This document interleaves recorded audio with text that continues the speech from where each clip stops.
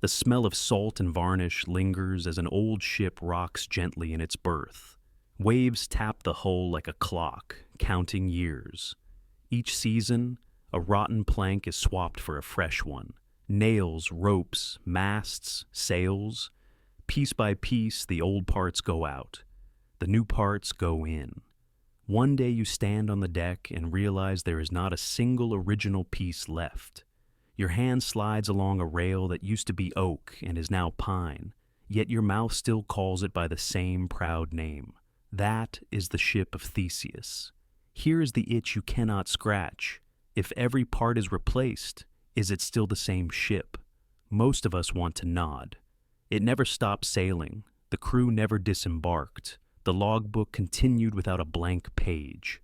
Continuity feels like identity. But now, imagine someone took all those discarded, weathered planks, all the original nails and rigging, and rebuilt a second ship in a quiet cove. The old wood reborn. Staring at the pair from the pier, which one is the original? This is where your brain starts to do somersaults. If identity is about the materials, then the rebuilt vessel wins. If identity is about the unbroken journey, the other ship claims the title. But maybe identity is about something else entirely, patterns, function, or even the stories we tell. Think about your own body. Nearly every cell you carry will be replaced over time. You are a walking version of plank by plank. Are you a different person from a decade ago? In some ways, absolutely. In other ways, undeniably not. You kept moving through time, you kept being you. Now tilt it a notch further. Suppose a machine could scan you perfectly and rebuild you atom by atom somewhere else. You step out. You remember your first pet, your worst haircut, your favorite song. Is that you? Your gut might answer yes, your spine might whisper maybe, and your skull might say, stop asking questions. Now, let the paradox misbehave. What if the scanner does not destroy the original? Suddenly there are two of you, both claiming your keys, your friends, your morning coffee ritual. Which one has the right to shrug and say, I am the original? If identity is continuity, both have it. If identity is uniqueness, neither does. The Ship of Theseus splinters your sense of self into overlapping claims. We can try to pick a rule. Identity could depend on history. The path taken, not the parts used. That preserves the ship that kept sailing, or identity could depend on matter. The original stuff is the original thing. That crowns the rebuilt relic made of old wood. Or identity could depend on use. The ship that carries the crew and fulfills the purpose remains itself, regardless of materials. Each rule explains something and breaks something else. Notice how your feelings cheat. You might love a battered teddy bear, not for its stuffing, but for the life it has lived beside you. You might treasure a family recipe, even when every ingredient has been swapped for healthier alternatives, because it still tastes like home and memory. We forgive replacements when the story stays intact. But stories are dangerous. They let us glue contradictions together with sentiment. If two ships can both claim the same story, our glue fails.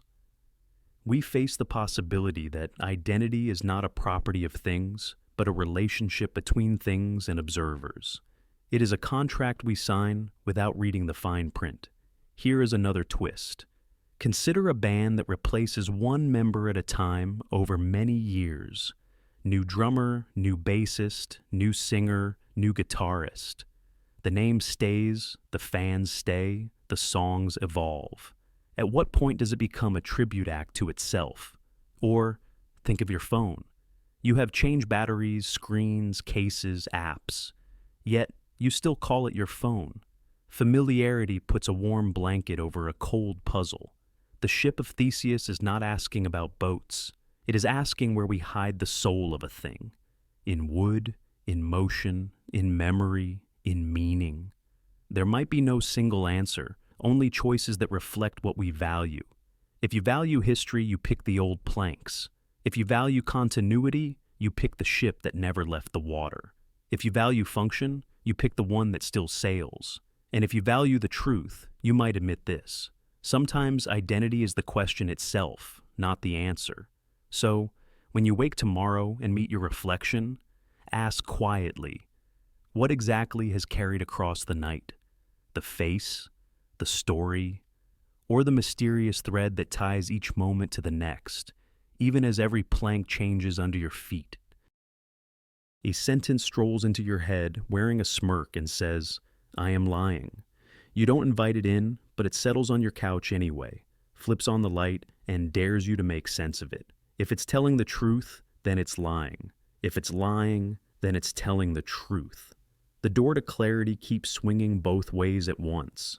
This is the liar's paradox, and it feels like someone knotted your shoelaces together with invisible thread. Our minds reach for a steady floor, but this line rips the floorboard up, then nails it back down, then rips it up again. There's no stable place to stand. Every time you try to land on true, it slides to false. Every time you grab false, it snaps back to true. Think of it like standing between two mirrors. Your reflection echoes into infinity, each image depending on the one before it. Self-reference can be beautiful in art and playful in humor, but in logic, it can be explosive. The sentence isn't about the weather or lunch plans. It's about itself. It points inward, and the loop never closes. Let's try a simple scene. A friend says, "Trust me, I'm a liar."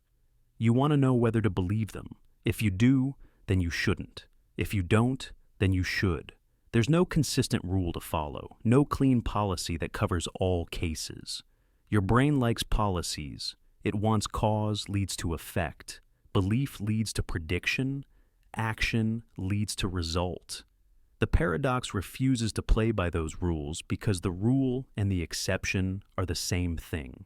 So, why does this scramble our thinking so deeply? Psychologically, our minds crave coherence and closure, the feeling that the story wraps and the light turns off neatly at the end of the scene. Paradoxes like this are the cognitive equivalent of a light with no switch, forever flickering because the system cancels itself the moment it turns on. And when our expectations about cause and effect are violated, we feel it as tension, as if the brain is revving the engine while the wheels keep spinning on ice. That tension is not just confusion, it's a signal that the categories we're using are breaking down, that words like true and false, which usually behave, are misbehaving spectacularly. You can dodge the trap by rewriting the game. Mathematicians and philosophers sometimes say, all right, no sentences can talk about their own truth. Or they introduce layers, where a statement on one level can only speak about statements on another level. Like floors in a building, each floor can describe the one below, but never itself. That's one way to turn the flicker into a steady glow. But notice the cost. You lose the wild fun of mirrors facing mirrors. You ban the very move that made the trick interesting. Here's another angle. The liar's paradox is like a sign that reads, ignore this sign. If you ignore it, you followed it. If you follow it, you ignored it. The act of reading becomes part of the problem. Your participation matters. The paradox is not out there on its own. It recruits you as soon as you try to resolve it. That's why it feels so personal. It uses your need for consistency as the fuel for its engine, and a quiet truth hides inside the turmoil. When a system can make statements about itself, it gains power and also risk. You can model your own thoughts, notice your own patterns, say, I am lying, I am anxious, I am fine. Each of those can loop back and reshape the mind that said them. Self-reference is not just a party trick of logic, it is the core of self-awareness. The same loop that tangles truth in a sentence is the loop that lets you examine your own story. So, when the smirking sentence shows up again, don't panic. Step a little to the side. See the loop for what it is. A mirror feeding on a mirror, a rule swallowing its tail. Not every door is meant to open. Some are there to show you the hallway you've been sprinting down. When truth and falsehood dance in a circle, the lesson is not to pick a side. It is to notice the circle. It is to smile back at the sentence, acknowledge the flicker, and choose what to illuminate next.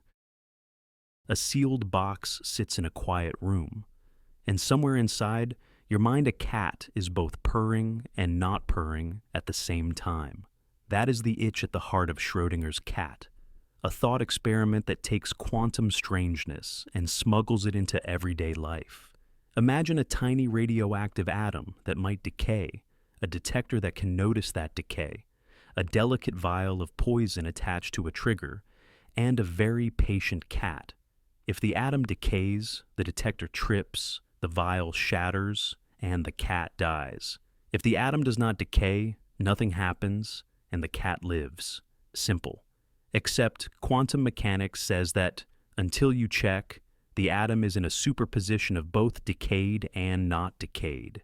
If the atom is both, then so is the cat, alive and dead simultaneously until you look.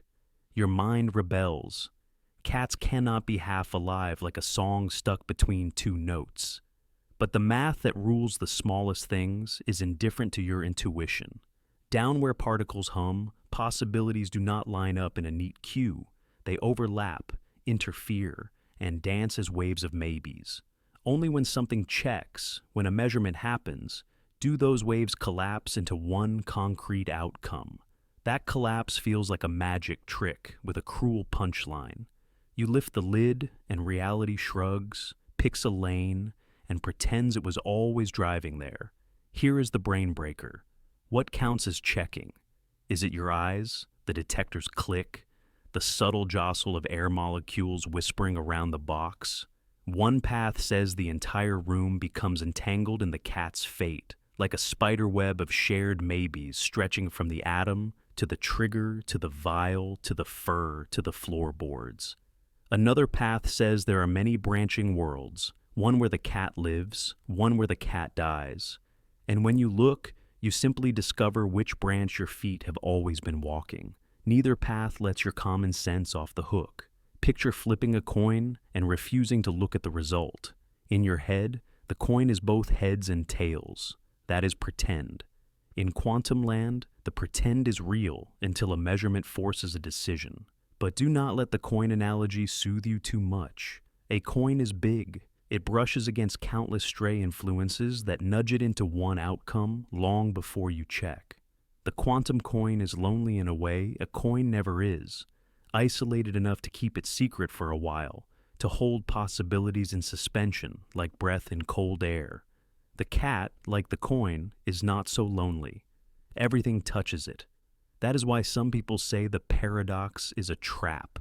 The cat could not stay in limbo for long. The world is too noisy for that. Yet the discomfort remains because the line between fragile quantum maybes and sturdy everyday facts is still mysterious. Where does the blur sharpen? You might be thinking, the cat knows. If it is alive, it feels hunger. If it is dead, it does not. But that is another tripwire. In this story, knowing is not a private feeling. It is a physical event that leaves a mark in the world. A paw twitch, a heartbeat vibration, a tiny heat signature in the air. Each can count as a measurement. Each can tip the balance. The universe does not care about awareness. It cares about interactions. And interactions happen everywhere, all the time, whether anyone is watching or not. Still, the question echoes, why do atoms get to be both, while cats must be one? Now twist the lens inward. If looking collapses possibilities, then what happens when someone looks at you? Before the message arrives, you are invited and not invited to the party. Before the test results load, you passed and did not pass. The facts are set somewhere, you say. You just do not know them yet. That is the classical comfort. Quantum mechanics asks, what if, in some secret places, facts are not facts until the moment they become facts? Not everything works that way.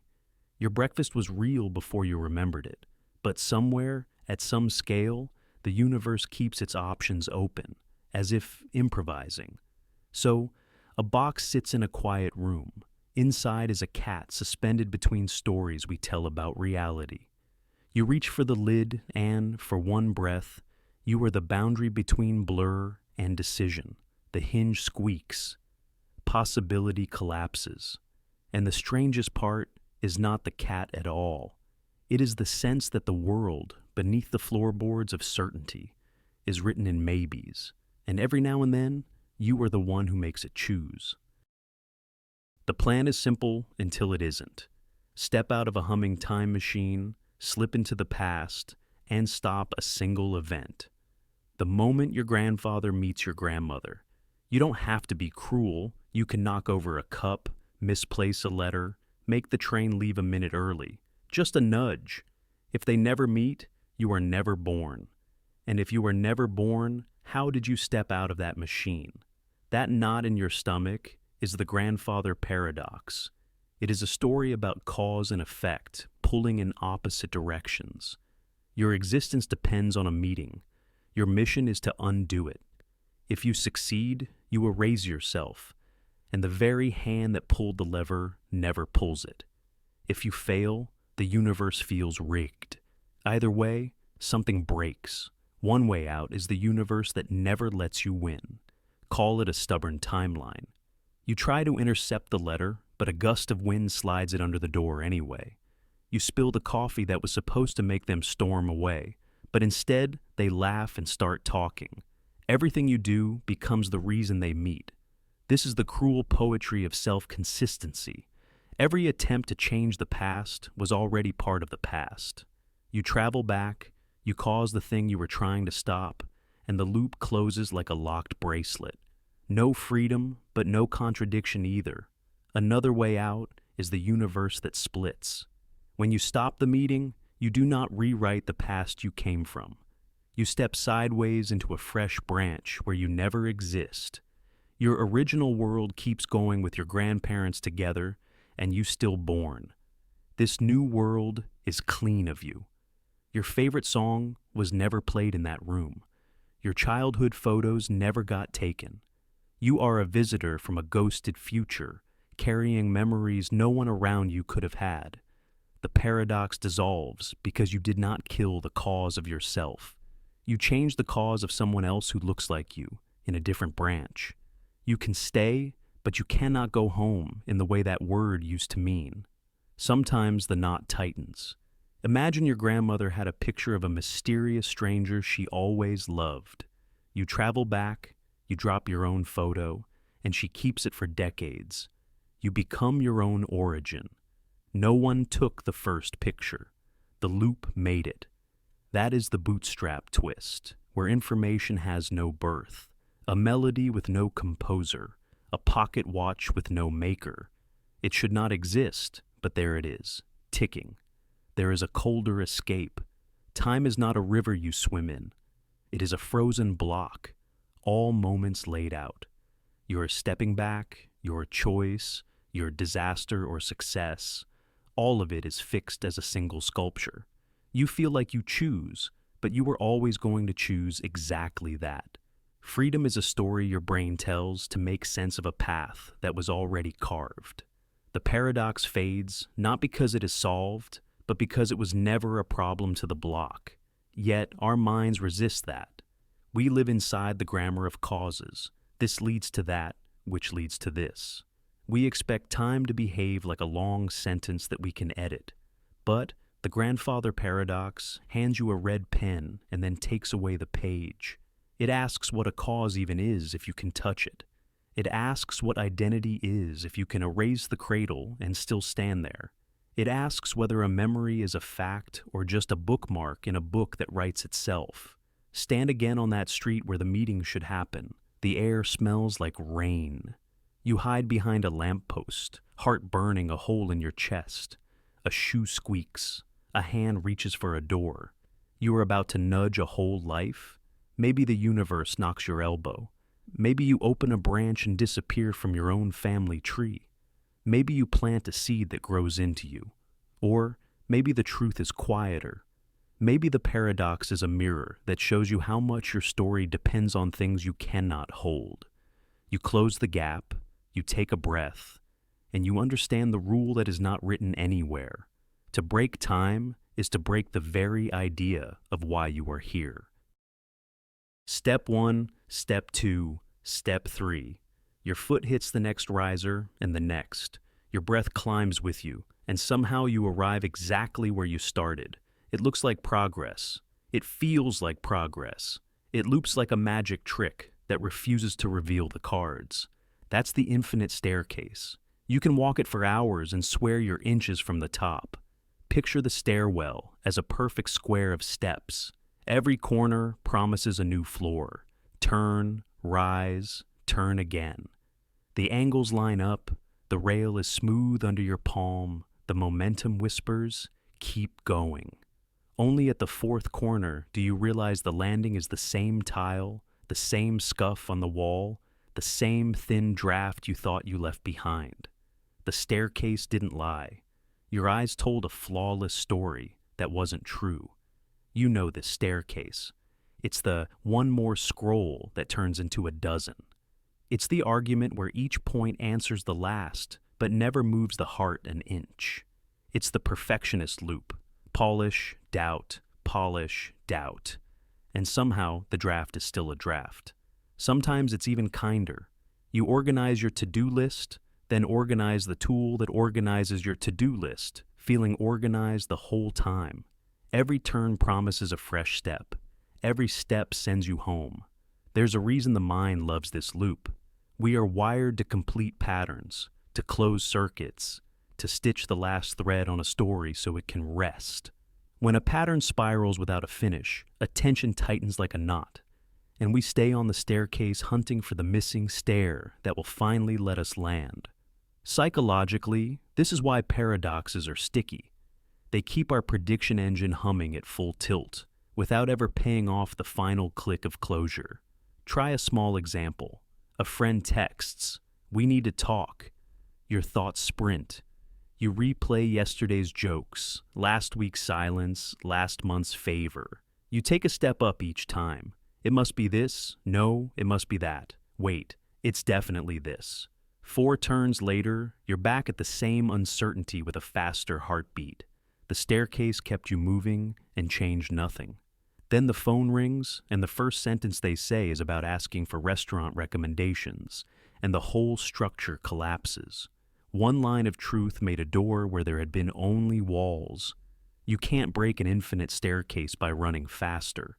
You break it by stepping sideways. That means naming the loop out loud. I am cycling through the same thought. It means defining what counts as done before you climb. 2 pages written, 1 message sent. A 5-minute call instead of 5 imagined versions of it. It means creating a landing that didn't exist a moment ago. A timer, a rule, a friend who says, "Tell me your point in 1 sentence."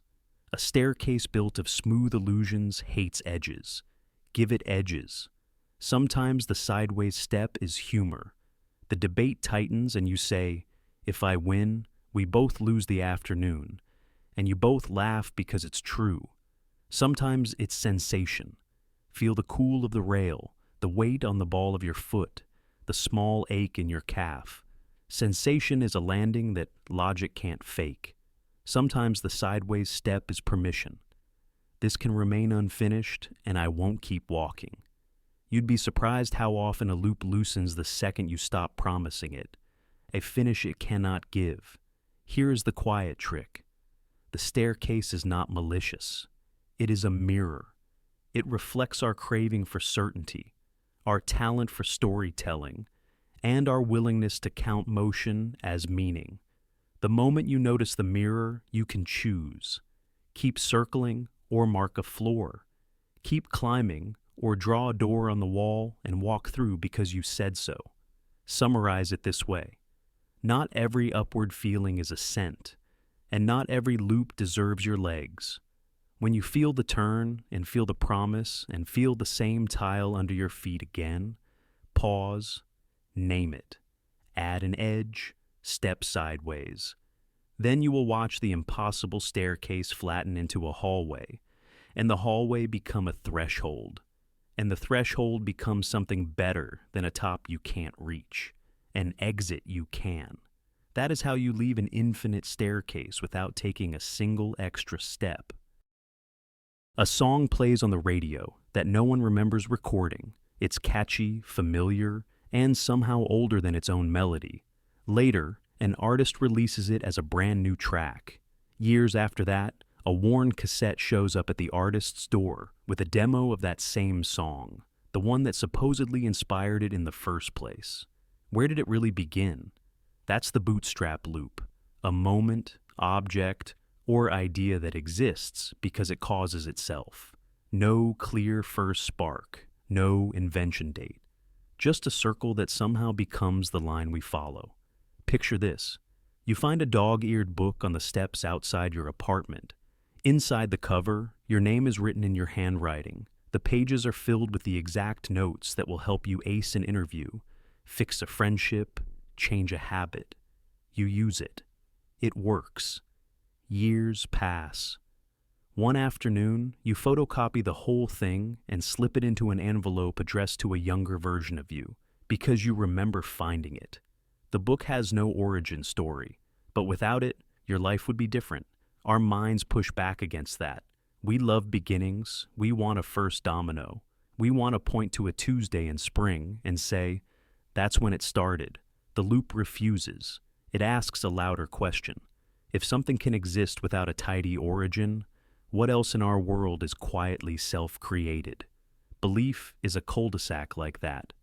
Tell yourself you are terrible at first impressions, and watch your shoulders stiffen, your jokes come out flat, your eyes drop to the floor at the worst time. People read your discomfort, and the evening confirms your belief. You leave thinking, see, that's just who I am. The belief caused the evidence, which locked in the belief. A loop. Confidence works the same way. We act as if we belong, so we ask a better question. Hear a key detail. Take a slightly bolder step. The small win feeds the sense that we belong, and now we look for the next chance to prove it. No single origin point. Just a tightening circle that becomes a path. Even relationships run on loops. Treat someone as capable and their shoulders rise. They bring a little more care, a little more ownership, and suddenly your belief appears to have been true from the start. Treat someone as unreliable, watch them feel unseen, contribute less, and confirm the very doubt that pushed them away. The future walks back to meet the present, and the present sends a story forward in return. There is wonder in that. There is also responsibility. The Bootstrap Loop whispers that authorship sometimes arrives after the fact. We live forward and backfill the origin. We plant a seed and later swear the tree just always stood there. So, what do we do with a paradox that shrugs at straight lines? We stop waiting for a perfect beginning. Start the draft that feels like a copy of something you have not read yet. Make the kind gesture that will, later, feel like proof you were always that kind of person. Try the routine for 1 week as if it were already a habit. Let the loop help you cheat on gravity. If an object can be its own origin, a choice can be too. Call that number because someone you are becoming already made a friend there. Learn the skill because a future version of you already loves the work. Speak gently because tomorrow's trust deserves the past it remembers. When the mind demands a birth certificate, smile and give it momentum instead. And if that sounds like bending time, maybe that's the point. We do not need a scientist machine to step into a loop. We do it whenever a belief creates behavior, behavior creates evidence, and evidence returns to hardened belief. We do it whenever we pass courage to a younger self by acting braver than our story says we are, then signing our name on the inside cover. Some songs are older than their first note. Some lives are too. The mystery is not there to frustrate us. It is there to free us. If a beginning can be borrowed from the future, then the circle we fear can become the doorway we use. Snap the world to a standstill. The bowstring still hums against the archer's fingers. The target waits. The wind hangs like glass, and the arrow in midair is not moving at all. In a frozen instant, it cannot be half here and half there. It simply occupies the space it occupies, perfectly still. Now, unfreeze. Let time tug forward one razor-thin slice and freeze again. Still. Slice after slice after slice. Nothing but a stack of motionless pictures. If every moment is a picture of stillness, where does motion come from? This is the trap Zeno set more than 2,000 years ago. He imagined an arrow in flight and dared you to look at it one moment at a time.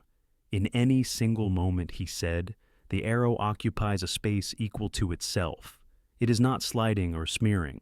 It is exactly where it is. If time is a necklace of such moments, and in each bead the arrow rests, how does it ever arrive? Add up 1,000 resting pictures, and you still get rest. You know the feeling already. Think of a flip book. Each page is a drawing that does not move, yet when you riffle them, a dancer spins or a bird takes wing. You want to say, that's easy, motion lives between the pages, but Zeno leans in. If the world is built of instants the way a flip book is built of pages, what does between even mean? If we refuse to grant the arrow any motion within an instant, how can infinitely many instants generate anything but an infinite stack of stillness? To wriggle free, we quietly change the rules. Centuries later, mathematicians gave us a way to talk about change without requiring movement inside an instant. Velocity became not distance traveled within a frozen moment, but the rate at which position would change if time were allowed to flow. They carved out a delicate notion of the instantaneous, the derivative. Suddenly, it was possible to say, at this exact moment, the arrow's velocity is such and such, even though in a frozen slice nothing budges. Instants got to be 0 long and still tell a story. Infinitely many of them could add up to a finite stretch of time, the way infinitely many points can lie on a line that fits in your hand. But does that really dissolve the spell, or just move the shimmer? If you pull the universe into frames, each frame is still, yet the rate lives in a whisper between them. We accept the whisper because it works. Bridges stand, planets keep their appointments. Games render smooth motion out of a hail of frames per second, each frame a little still life, and our eyes surrender to the flow. The world feels continuous, and the math says, relax, the infinite can behave. Then the doubt comes back in a different costume. What if time is not a smooth river at all, but grainy like sand? Some physicists toy with the smallest meaningful instant, a breath so short that saying shorter does not make sense. If time comes in quanta, the arrow would hop, click, click, click, landing in new positions without ever being anywhere in between. That sounds like motion too, but now it is a strobe, not a slide. Would Zeno nod and say, see, you had to smuggle movement into the gaps? Or would he smile at the idea that motion is only the name we give to a sequence of stills that our minds interpret as flow? Maybe the paradox is not about arrows. It is about how we think. We crave clean pieces, little atoms of reality we can hold up to the light, one at a time. But the world keeps humming tunes that only make sense when you listen to the chorus. Freeze your heartbeat and there is no rhythm. Freeze a note and there is no melody. Freeze an instant and there is no motion. Only when you allow the instants to behave together does the arrow earn its flight. So the arrow waits, perfectly still in every picture you can take, and still it flies. The trick is not hidden in the pictures. It is hidden in how pictures become a film when your mind lets continuity in. Zeno's arrow is not a riddle we solve once and shelve. It is a reminder that some things are more than the sum of their sliced parts. Between stillness and stillness, something moves. Between what is and what is next, a path appears. You cannot point to it inside a single instant, yet you can feel it when you let go, unfreeze, and watch the arrow find the target it was always already rushing toward. There's a rope, a calendar, and a promise no one can keep. A judge tells a prisoner, "You will be hanged next week on a weekday, and it will be a surprise." The prisoner walks back to his cell, doing math with feelings. If it were Friday, he'd know by Thursday night, so it wouldn't be a surprise. Cross out Friday. Then if Friday is out, Thursday can't be it either, because by Wednesday night, he'd know. Cross out Thursday. He keeps going until the week is empty, and with a little smile, he decides the hanging can't happen at all. Then Wednesday morning arrives with footsteps in the hall, and the knock on the door hits like cold water. He is stunned, which means the judge was right all along. Here is the twist hiding in plain sight. The promise was not just about a date on a calendar. It was about what the prisoner would know, about what he would not know. That tiny loop is the trap. His proof collapses because it assumes the surprise stays fixed while he reasons it away. But the surprise moves. The more certain he becomes, the easier it is to catch him off guard. The very act of eliminating Wednesday makes Wednesday perfect. This paradox is a mirror for how we think about certainty. Our minds love to turn unknowns into clean lines. We do it with tests, with deadlines, with relationships, even with our own moods. We do it to feel safe. Psychologically, surprise is a pattern interrupt. It shakes the model your brain uses to predict the next beat, which is why it lands so hard and so memorably. Picture this in everyday life. Your friends are acting weird all week, and you feel the vibe of a surprise party building. You tell yourself it has to be Saturday, because everyone is free on Saturday. Then you notice 2 clues and cross out Saturday. You reason your way back to nothing. You walk into your kitchen on Wednesday to grab a spoon, and 20 people explode from behind the counter. You drop the spoon. Your proof of nothing becomes the reason something worked. Or think about a plot twist. When a show keeps telling you a twist is coming, you aim your attention at the finale. You eliminate the early episodes because they would be too obvious. The writers know that, so they thread the twist into a quiet scene halfway through, and you are caught wide open. Not because you were not smart, but because your smartness pointed in a straight line while the truth curved. The unexpected hanging teaches a softer point too. Not every airtight chain of logic survives contact with our own assumptions about what we will know. Sometimes the very condition that makes a claim interesting, like the element of surprise, refuses to sit still while we reason. That does not make reason useless. It reminds us that knowledge about knowledge is slippery. So where does that leave you by the door with the footsteps coming closer? It leaves you with a different move. Hold certainty a little lighter, especially the kind that comes from ruling things out until only comfort remains. Leave a window cracked for the thing you cannot frame yet. The paradox is not about punishment. It is about humility.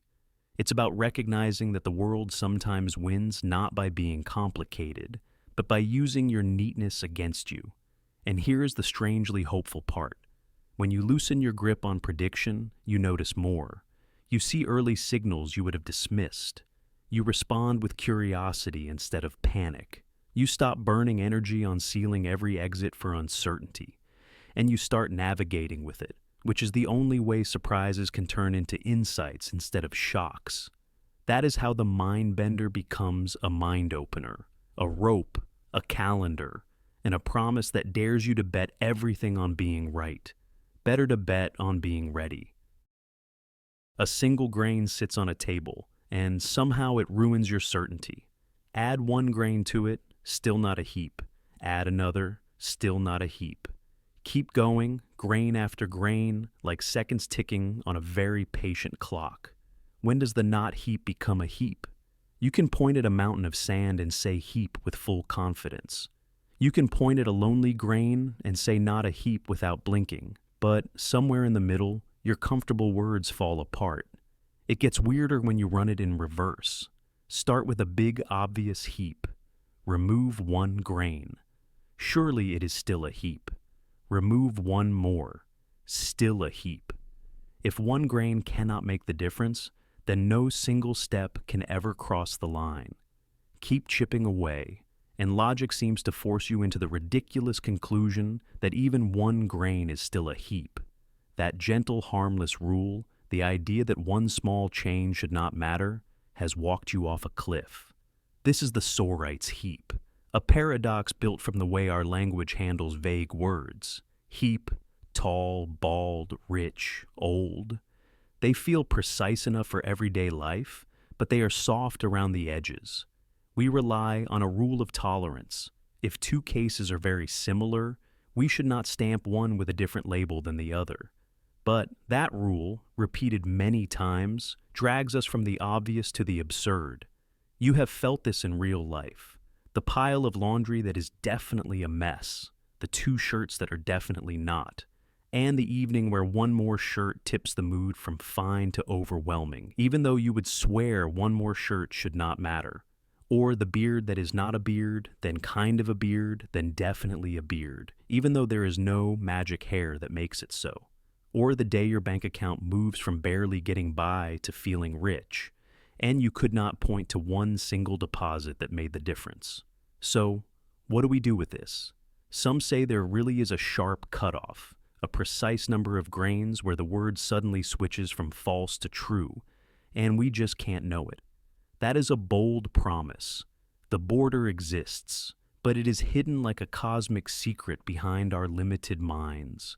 Others say vagueness means some statements have no truth value at all in the blurry middle. Not true, not false, just undefined. That avoids the cliff, but at the cost of admitting that some simple sentences float in a kind of limbo.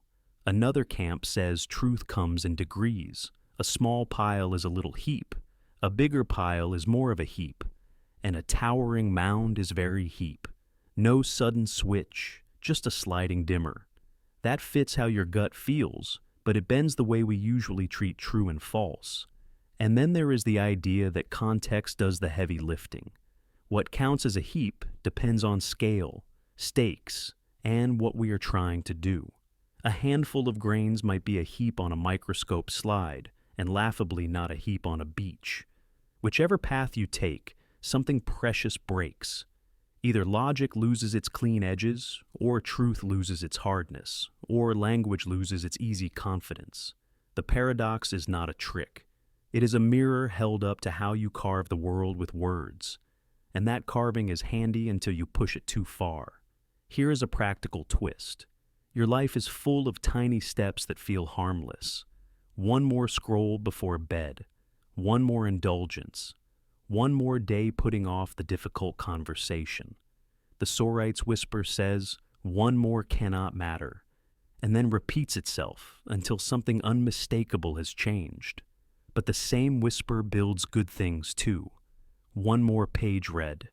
One more walk. One more call to a friend. If there is no single grain that makes a heap, then every grain matters.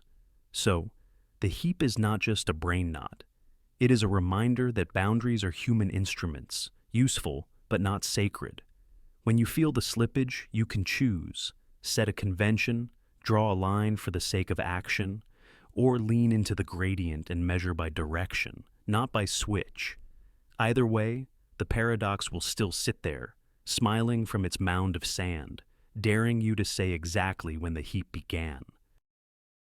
Take a flawless glass sphere, whisper only the rules of pure math, and watch it become two identical spheres without stretching a single point. Not smaller, not thinner, the same size as the original, doubled out of nowhere. That is the Banach Tarski split. And yes, it sounds like a magic trick that should be illegal. First, forget about normal cuts. No neat wedges like a pizza. The pieces in this split are nothing like chunks you could hold. They are more like ghost dust scattered everywhere inside the ball. Each piece is so wildly tangled that the very idea of volume slips through your fingers. Ask your ordinary notion of volume to measure one of these pieces, and it just shrugs. There is no sensible answer. That is the key to the trick. The rules of volume that we trust for everyday shapes do not apply here. The spell behind this is an idea called the axiom of choice. Picture an infinite crowd of sets, each of them huge and complicated. The axiom lets you pick one representative from each, even when there is no orderly way to choose. It sounds innocent. But let that freedom loose inside a sphere, stir in some clever rotations, and strange things begin to happen. Those impossible slices appear, and with only rotations and shifts, you can reassemble them into two spheres the same size as where you started. No stretching, no scaling, just move, rotate, combine, and suddenly one becomes two. If you want a number to anchor it, the classic version uses 5 pieces, 5 eerily constructed sets that are neither solid nor hollow in any normal sense. They are like constellations of points so thinly and intricately distributed that volume never gets a grip. When you rotate them just right, the points interlock into a whole sphere. Do that twice with the same original dust, and you have 2 entire spheres. It is as if geometry found a loophole in arithmetic. Why does this exist in 3 dimensions, but not in the flat plane? Because the dance of 3-dimensional rotations hides a deep kind of chaos. The group of all possible rotations in 3 dimensions is complicated enough to create paradoxical decompositions. In 2 dimensions, the symmetries are too tame, and the same kind of doubling cannot be done with only rigid motions. The 3rd dimension opens a door that the 2nd keeps locked.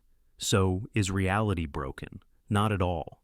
In the physical world, there are atoms, and beyond atoms, there is quantum fuzz, and beyond that, there is the stubborn fact that you cannot follow the axiom of choice to grab an unimaginably specific point from each of infinitely many tangled sets. You cannot fabricate these pieces in a lab because they are not objects you can carve. They live in the realm where infinity is not a metaphor, but a rule. The paradox walks through the gap between what math allows and what matter permits. Here is the uncomfortable truth. We wrote the rule book. We added the axiom of choice because it makes many things beautifully possible. It tidies up proofs, gives every vector space a basis, and lets many arguments flow cleanly. But it also gives birth to creatures like the Banach Tarski split. If you reject that axiom, some of these creatures vanish. If you keep it, you own the consequences, both elegant and unsettling.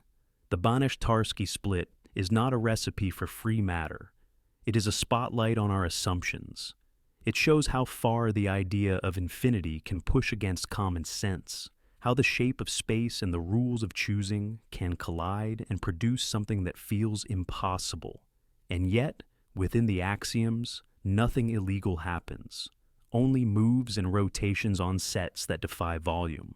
So, hold that glass sphere in your mind, breathe in the silence between theory and touch, and feel the floor shift. 2 identical spheres from one, crafted with no stretching and no sorcery beyond the choices we allow. Your intuition says no. Your axioms say yes. That tension, humming between certainty and wonder, is where the paradox lives. A god walks into a gym carrying a stone. Not just any stone. This one is labeled with a dare, too heavy for anyone to lift. The god smiles, rolls their shoulders, and then freezes. If they can lift it, it was never unliftable. If they cannot, they are not all-powerful. That instant, the barbell of infinity slams into the floor. This is the Omnipotence Trap. It is a loop made out of language that feels like a wall made out of reality. At its core sits a simple sentence. Can an all-powerful being create a stone so heavy they cannot lift it? Say yes, and power breaks. Say no, and power breaks. Heads you lose, tails you lose. It is deliciously cruel, but listen closely. The trap is not built from granite. It is built from grammar. We take 2 words, all and powerful, wrap them together, then bolt on a phrase like ungodly heavy and expect the world to snap into a clean answer. What we get instead is a phrase that swallows its own tail. The sentence tries to define a thing by refusing its own definition, the same way a note says this note is a lie, or a barber shaves all those who do not shave themselves and must decide what to do with his own face. Now, one way out is to say that genuine power is power over reality, not over nonsense. A square circle is not a thing. A stone that is unliftable by someone who can lift anything is the same kind of ghost. You can stack syllables into a shape that sounds like a request, but that does not mean there is a real request there. Asking an ocean to be dry is not a test of the ocean. It is a test of the sentence. Still, the trap tugs at you, because it does not just whisper about stones. It whispers about limits. We do not like them. The word all feels like a spell that should dissolve every last restriction. So, when we smuggle a contradiction into the test and power refuses to swallow it, we call that refusal a flaw. Maybe that is the wrong framing. Maybe consistency is not a fence around power. Maybe consistency is what power looks like when it is honest. Here is a cleaner version. Imagine all-powerful means able to do anything that can be done, not anything that can be said. That trims the nonsense but keeps the awe. The god can make a heavier stone. They can make it so massive that every galaxy leans. And because the phrase unliftable by an all-powerful being is incoherent, it simply never refers to a thing. The god lifts. The barbell is loud. The loop dissolves. Or tilt the thought experiment through time. Today the god decides to make a stone heavier than what they plan to lift tomorrow. Today, it is beyond tomorrow's plan. Tomorrow, they change their mind. Plans are not prisons. The paradox tries to trap power in a snapshot, but power can move. It can revise, update, supersede. The trap hates motion because motion breaks loops. There is a more unnerving question hiding underneath.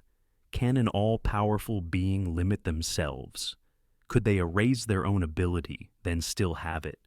If they erase it and truly no longer have it, they are not all-powerful while limited. If they keep it, they never limited themselves. The knot remains. Here is the trick. Self-limitation is perfectly possible, but once limited, the being is no longer all-powerful during the limitation. The paradox disappears when we stop demanding a state and its negation at the same moment. It is the simultaneity that is impossible, not the act. So, what does the Omnipotence Trap teach? It teaches that absolutes are magnets for word games. It teaches that our mouths outrun our models. When we chase totality with language, we start mixing categories. We treat impossibility like a challenge and contradiction like a dare. The result feels cosmic, but the problem sits in our phrasing, which is not disappointing. It is thrilling. It means that thoughts can break, and when they do, the fracture line shows you the shape of logic. Picture the god again, back in the gym, chalk on their hands. The stone looks smug. The god laughs, because the joke was never on them. It was on the sentence. They lift, not to prove a point, but to remind us that reality does not bend to every spell we mumble. Some words are just echoes, some questions are mirrors, and some traps only catch those who forget that meaning must be possible before power can act. The clock on your wrist is wrong, and you know it, not because it is slow, but because it is ahead of you, like it has already seen the day you are about to live. You feel that little slip in your stomach, the kind you get when a roller coaster tips over its first drop, and you realize time might not be a straight track. It might be a loop, a ribbon curling back into itself, and you are standing right where the ends meet. Picture this. A stranger presses a weathered notebook into your hands on a rainy afternoon. Your name is written inside the cover in a handwriting that looks suspiciously like your own.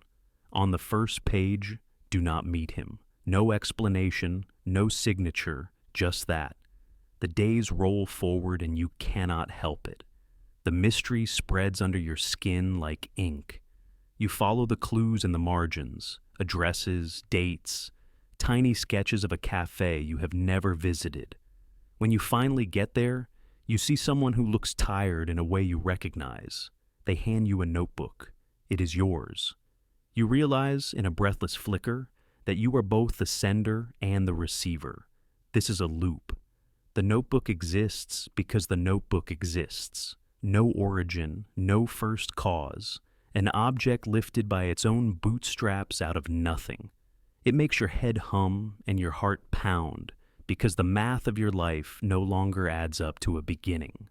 Now slide the scene a little darker. You build a machine with borrowed parts and bad coffee, a machine that nudges you backward by a handful of hours. You just want to fix one mistake, one sentence said too soon or too late. But when you arrive there, your presence becomes the reason that sentence is ever spoken. The very act of trying to rewrite a moment inks it in bolder. You try again, skimming back farther, and each attempt stitches the fabric tighter. The loop does not break, it braids. Your intention, the cause, and the consequence are now braided strands you cannot pry apart. The mind wants a villain, so it points to a classic. Stop your grandfather, and you end your own existence, right? That is the clean version. Only time does not like clean. If you could do it, you would never grow to attempt it, which means you would not stop him, which means you would exist after all, which means you could try again. Click, click, click. A latching paradox that snaps back into place no matter how hard you pull. Or maybe the loop avoids the paradox with a sidestep, a new branch of reality peeling off like a leaf. But if there is a loop, it is the kind that prefers the same route every time, the kind that uses you like a gear in a clock that cannot stop keeping itself on time. Consider the song you can never find on any app. You hear it once, you hum it for days, and then years later, you whistle it to a friend who records it, and later, still someone plays the recording for you. And there it is, the same melody, the same odd hitch in the second verse. Where was the original? Who wrote it first? The answer collapses into a shrug your brain cannot accept. In a loop, authorship is a mirror facing a mirror. The reflection repeats forever. And somewhere in that hall of reflections, you stand convinced there must be a source, even as the loop keeps singing itself into existence. This is where free will starts to feel like a hallway of doors that always open onto the same room. You choose to turn left, and turning left is what guarantees the path that made you choose to turn left. The future leaves footprints in the past, and you trace them back to find they are your own. Maybe you are not trapped. Maybe you are the trap. The mousetrap that springs because it must. The inevitability wrapped in human skin and a hopeful smile. The texture of a loop is not metallic and cold. It is warm and familiar. It smells like a coat you have worn 1,000 times. It tastes like the sentence you have said out loud so often it lost its flavor. It is that feeling when a dream repeats, when you arrive at a door and you already know what is behind it, even though you promise yourself you have never been here. The loop is not a jail cell. It is a story you tell yourself until the telling is the only truth it needs. So, count to 3. Slowly, like a magician about to reveal a trick. 1. You are holding the notebook. 2. Your name is written inside. 3. The ink is dry in your own handwriting. You could swear you have never seen it before, but your wrist knows the angle and your fingers know the pressure. Somewhere, somewhen, you started this. Or maybe you never did. Maybe the loop is the author, and you are just the voice reading it out loud, breath after breath, word after word, until the ending curls back to the beginning and time smiles that sideways smile you can never quite explain. 2 identical envelopes sit on a table, and they might as well be whispering. One hides twice the money of the other. You pick one. You feel the weight of possibility, the itch to swap, the quiet voice saying, "What if the other one is the jackpot?" This is where the mind starts doing little cartwheels. Here's the usual temptation. Before opening anything you think, either the other envelope has half as much as yours, or twice as much, and those feel like even odds. So, the other envelope seems to be worth, on average, 1.25 times what you're holding. So, you should switch, and if switching is always better, then you should switch again, and again, and again. Now, the table is still, but the reasoning is running in circles. Pause. What changed between the first envelope and the second? Nothing about the table, only the story in our head did. That's the first clue. The paradox doesn't come from magical envelopes. It comes from a slippery assumption sneaking into the math. Let's slow it down. Suppose you open yours and see some amount. The siren song starts. The other envelope is either half of this or double this. That line works because your current envelope becomes the anchor. You treat the other envelope as a scaled version of what you saw, as if the universe sized itself around your choice. But the world didn't stretch. Your viewpoint did. The result is a little trick. The half or double feels like a fair coin, even when it stops being fair once you condition on the amount in your hand. Not switching isn't the problem, the framing is. There's a cleaner way to see the trap. Before you peek, the game is perfectly symmetric. The envelopes are indistinguishable. Switching before looking can't help or hurt, because the two options are mirror images. The itch only arrives after naming a number. And once you name a number, the odds that your number is the smaller or the larger no longer have to be even. That's the twist. The half or double with equal chance logic quietly assumes equal odds after the fact, which isn't guaranteed. Not because switching is magic, but because the assumption that the other envelope scales from yours is doing all the heavy lifting. If you want the technical hinge, it's this. The advantage claim requires a background story about how the amounts were chosen. Without that story, the expectation you're computing is built on sand. With a reasonable story that doesn't explode to infinity, the see an amount then switch logic stops giving you a free edge. Symmetry before opening means no gain from swapping. Conditioning after opening changes the landscape in a way your quick average glossed over. But the reason this paradox burrows into our brains isn't just math. It presses on a human habit. We love the idea of a hidden upgrade just one choice away.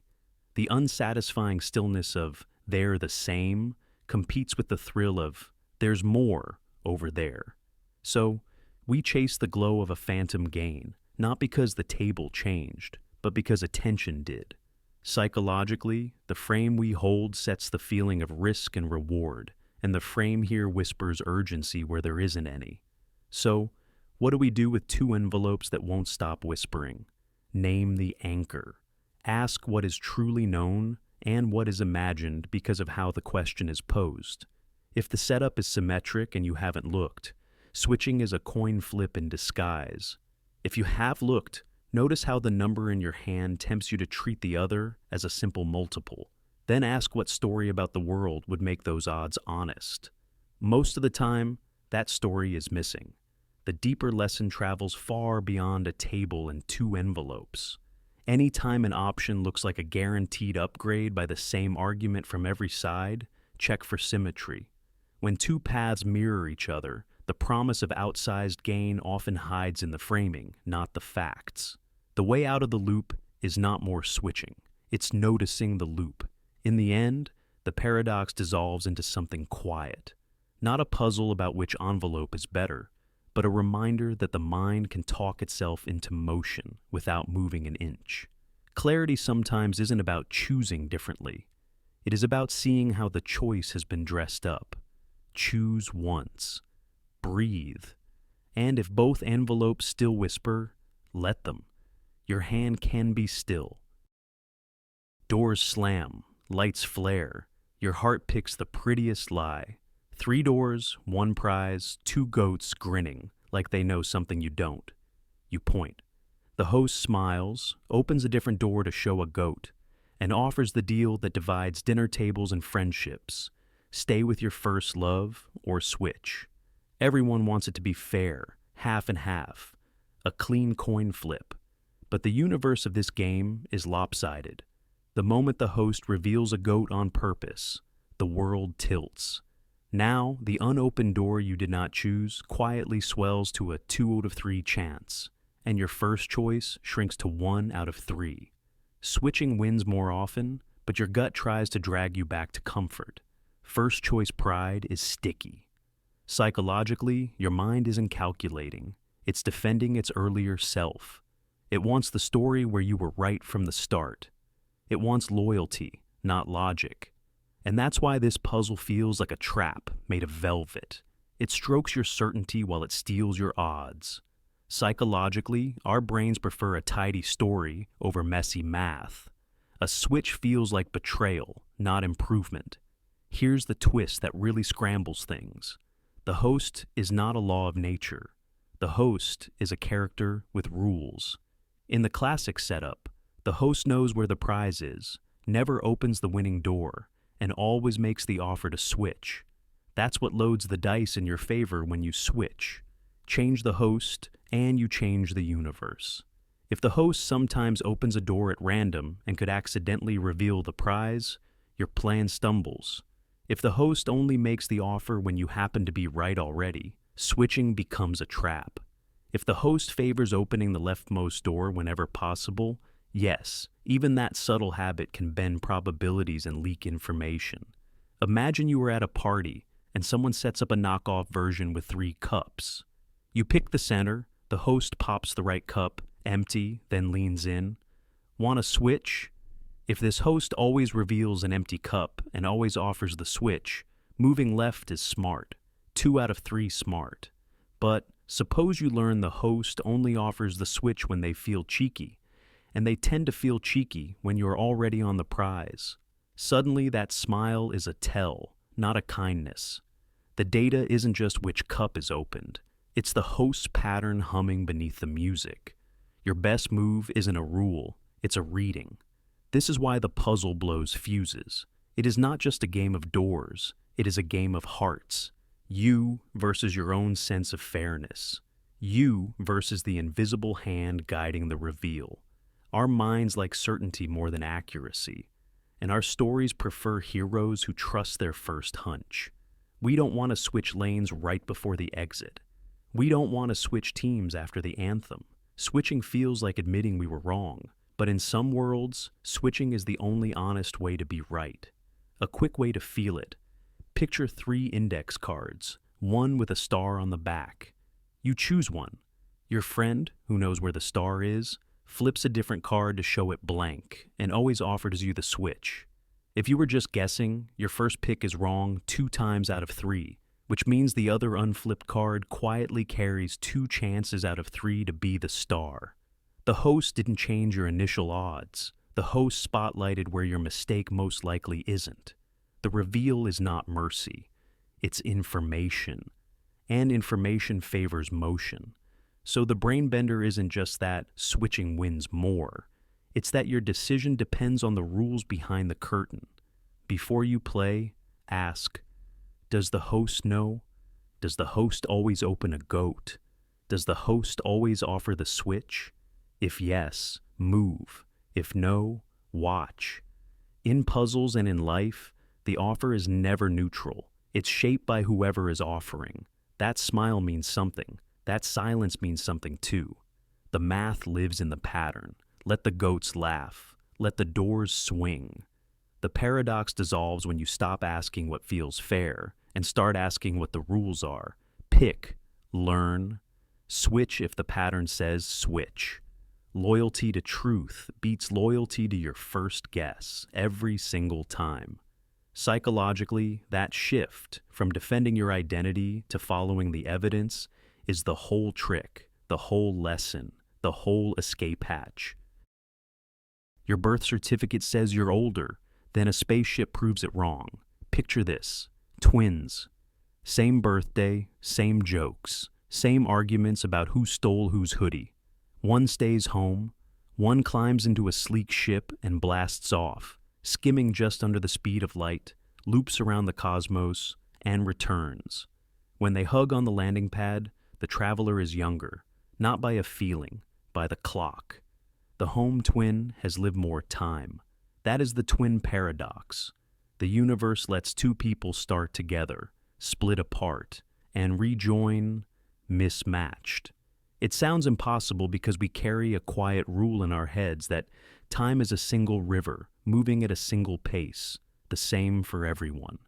But time is not a river. It is a landscape. How you move through it changes how much you get. Here's the trippy part. Each twin can point at the other and say, "You were the one moving fast, your clock should be slow." That seems perfectly symmetric.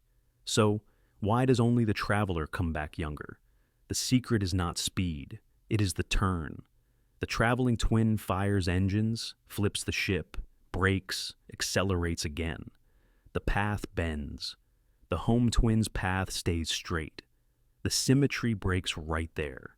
Think of time like a hike across a strange valley where distance is not just left and right, but also up and down. If one hiker walks a straight trail and the other scrambles down into a canyon, switchbacks along a cliff, then climbs back up to meet at the same campfire, the second hiker covered more terrain. In our world, more terrain means more time. In space-time, it is the opposite.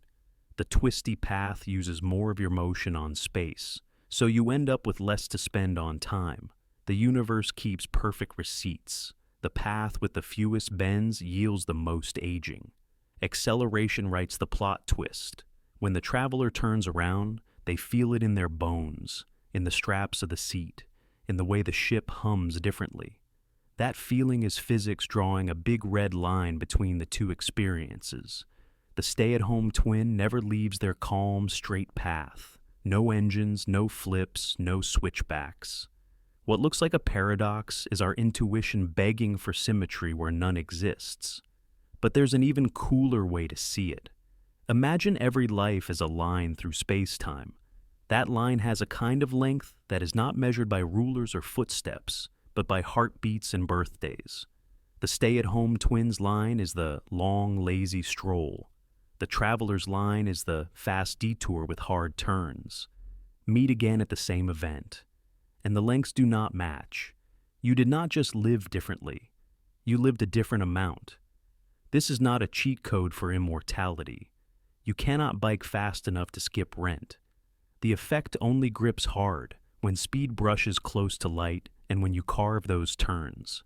Yet, even at human scales, the idea quietly shows up. The clocks on satellites tick just a little off.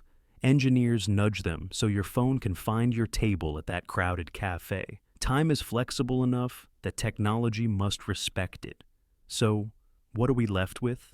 A story where being the older twin is not a permanent title, a reminder that motion is not just where you go, but how your minutes are shaped along the way. The paradox is not that the universe is inconsistent, it is that our expectations are. We keep wanting time to be a single drum beat. It is really a choreography, and your steps matter. Stand together. Hug. Compare smile lines if you must. Then try to hold this unsettling, beautiful truth. You can share a beginning and share an ending, and still, honestly, have different amounts of life between them. That is not an error. That is how reality counts. A tiny door clicks in a silent box. A shadow holds the handle. On one side, gas molecules jitter like a crowded dance floor. On the other, the same chaos, the same restless shuffle. The shadow waits, patient. A fast one zips toward the door. Click. Open. It slips through. A slow one drifts over. The door stays shut. Again and again, the shadow plays gatekeeper until one side buzzes hotter. The other sighs colder. Order, pulled from randomness, just by being picky. That gatekeeper is the famous demon, not a monster. More like an obsessive bouncer at a club for particles, opening the rope for the right vibe and turning away the rest. If the demon can separate fast from slow, hot from cold, then the outlaw idea follows. Run a tiny engine off the temperature difference and squeeze useful work out of pure chaos. No fuel, no cost. Free energy from a clever trick. It sounds like a cheat code for the universe. A brain twister because it seems to break the second law of thermodynamics, that quiet rule that says mess spreads, heat evens out. And the universe prefers the lazy sprawl of entropy. But here, with a flick of a wrist, the demon seems to reverse the tide. Let's reframe it. The demon isn't a loophole. The demon is a ledger. The real action is not the door. It is the knowing. Every time the demon decides, it has to learn something about a particle, fast or slow, left or right. That decision lives somewhere, as a mark, a bit, a memory. And memories do not keep themselves neat for free. Eventually, to keep going, the demon must clear space, throw away the marks, reset the notebook. That erasing releases heat, dumping the cost back into the world and balancing the books. The door creates order. The cleanup creates disorder, a little more than the order gained. The law stands. Psychologically, our minds crave the shortcut story, the hack that gets something for nothing, because it promises control in a chaotic world, a feeling of being smarter than the rules. But reality hides a cover charge. Information itself is physical. Knowing has weight. Erasing has heat. That is the twist most of us miss on the first pass. We picture a nimble finger on a latch, not the sweaty pile of receipts the demon has to burn later. That reframe turns a magic trick into a deeper principle. Wherever there is selection, there is bookkeeping. Wherever there is bookkeeping, there is a bill. If the gas in a box feels abstract, try this. Imagine a chaotic party, music loud, people everywhere. A friend stands at the door, letting in only the energetic dancers and sending the mellow ones to the backyard. Inside heats up, outside chills. You could place a tiny turbine in the hallway and power the disco lights with the difference. But your friend is not magic. They are making snap judgments, storing faces and vibes, keeping a mental list. After a while, their head spins. To reset, they shake it off, forget the list, and that mental erase is the cost, paid in effort and heat. The party stays fun, but the universe gets its cut. In that light, the demon becomes a mirror for our own lives. Every time we curate our feeds, filter our inbox, prune our choices, we are doing what the demon does, separating signal from noise. It feels like we are creating order for free until the mental clutter builds and we have to purge, rest, or step away. That pause, that reset, is us paying entropy its due. You cannot sort forever without tending to the cost of sorting. So the paradox holds just long enough to mess with our heads. And then it teaches a simple, almost tender lesson. There is no villain here, no loophole, no cosmic cop waiting to pounce. Only a quiet balance. The trick is not to beat the second law. It is to respect it. Use moments of focus to carve pockets of order, and then make peace with the reset that follows. Fast and slow, hot and cold, work and rest. The door clicks, and somewhere a little notebook warms the room just enough to keep everything honest. A razor glints under a bare bulb in a tiny town, and everything in that town is simple. People wake, they work, they eat, they sleep. And when the stubble creeps in, they go to the barber. He is proud of a single rule. He shaves all the townsfolk who do not shave themselves, and he shaves no one who does. Clean and precise. A rule so sharp you could cut paper with it. Close your eyes and picture him sweeping hair into neat circles on the floor. He keeps a ledger. On the left, those who shave themselves. On the right, those who do not. Anyone on the right, he shaves. Anyone on the left, he leaves alone. No exceptions. The town loves it. Order, symmetry, a kind of logical hygiene. Then someone asks a simple question as he oils the blade. Does the barber shave himself? The razor pauses. If he does shave himself, then by his rule, he must not shave himself, because he only shaves those who do not shave themselves. But if he does not shave himself, then by his rule, he must shave himself, because he shaves all those who do not shave themselves. The air changes. The bulb seems to buzz a little louder. The rule folds in on itself like paper catching fire from the inside. What just happened? We did not find a clever exception. We did not catch the barber in a lie. We discovered a rule that cannot exist, a neat sentence that draws a neat circle and then eats its own tail. The barber's dilemma is not a riddle you solve by naming a day of the week or finding a hidden door. It is a spotlight on a crack in how we try to make reality line up with language. Notice the impulse to fix it. Maybe the barber is a woman. Maybe he is out of town. Maybe he shaves with an electric trimmer, and that somehow does not count. All of these are tiny escapes that dodge the point. The trap is not in the barber's life. It is in the sentence we made about him. We wrote a rule that refers to itself in a way that cannot be satisfied. It is like a mirror reflecting a mirror, except the reflection disagrees with itself. If that sensation feels familiar, it should. A sentence says, "This sentence is false." If it is true, then it is false. If it is false, then it is true. The ground gives way again. Or think of a list titled, "All lists that do not list themselves." Should that list include itself? If it does, then it should not. If it does not, then it should. Once more, the language loops, and the loop breaks the world we tried to build with it. In the background of the barber's clean little shop lurks a bigger idea. Imagine a collection that contains every collection that does not contain itself. A tidy librarian might try to shelve it.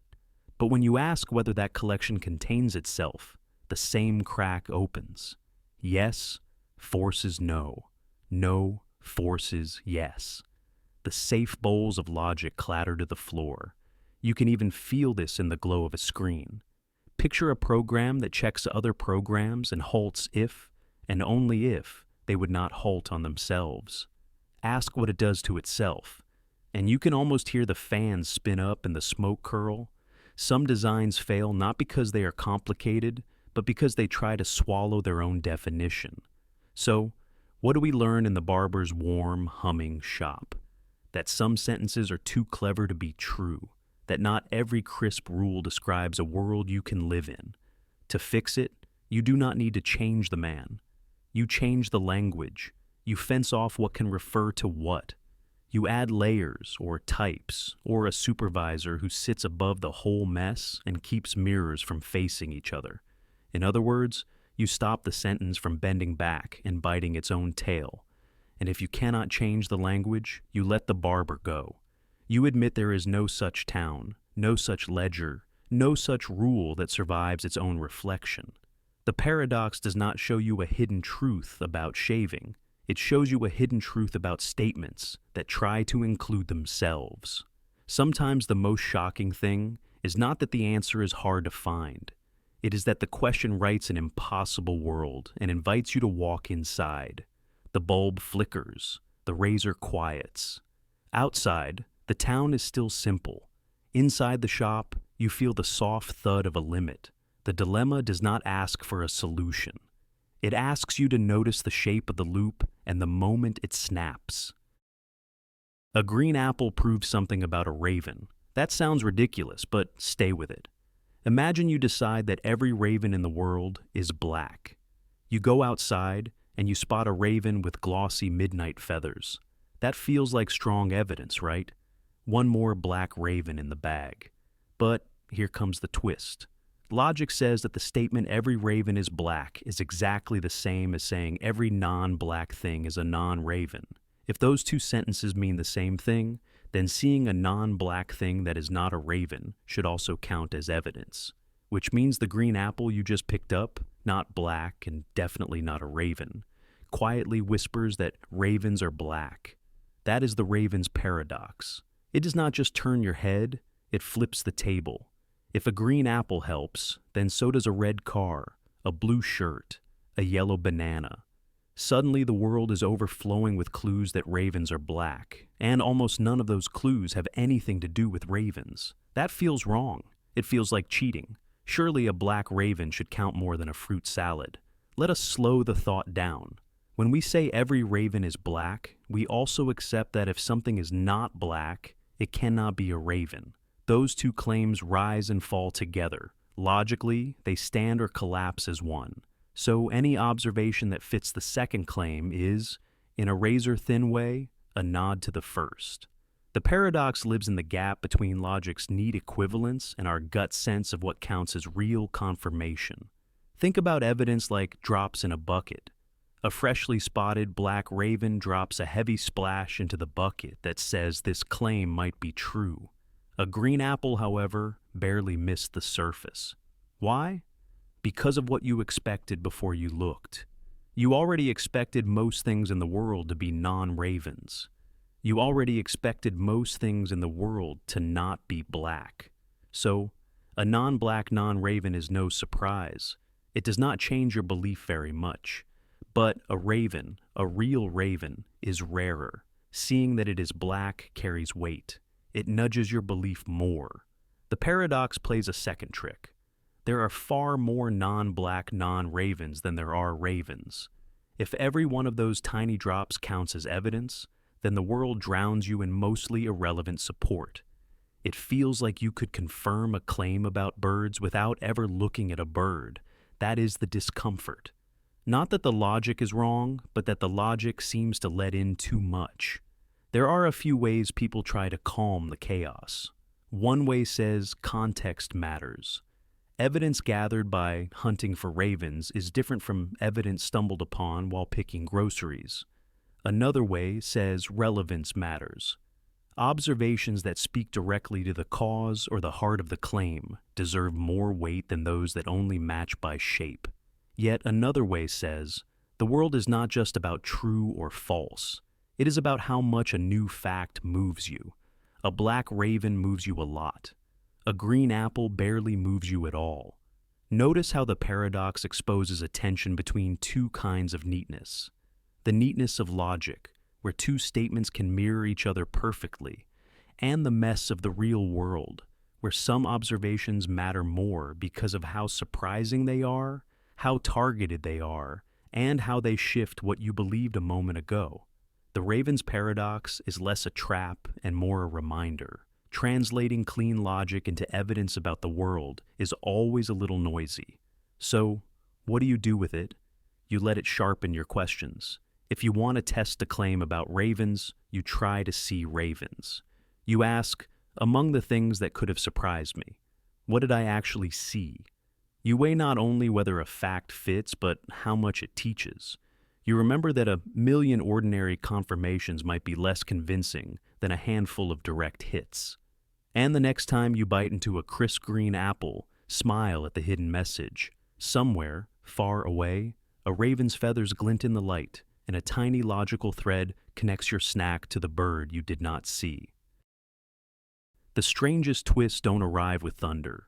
They show up as a whisper that feels like déjà vu. Picture this. You're tidying an old attic and find a dusty cassette labeled "Play Me."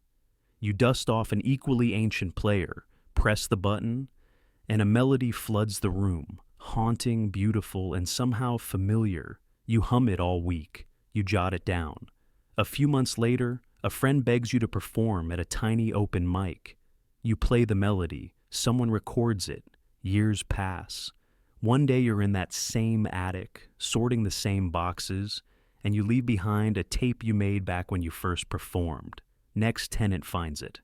The loop closes. Who wrote the song? That's a causal loop. A causes B causes A. No origin story. Just a snake swallowing its tail and calling it dinner.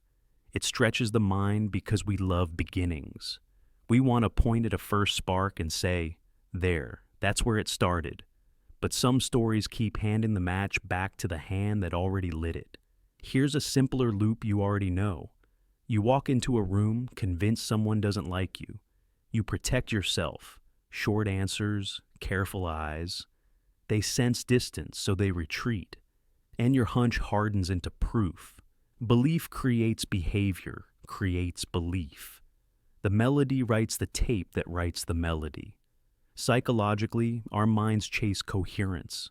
Once we tilt a story one way, we start noticing evidence that keeps it tilted, and cause and effect braid so tightly they feel like one rope.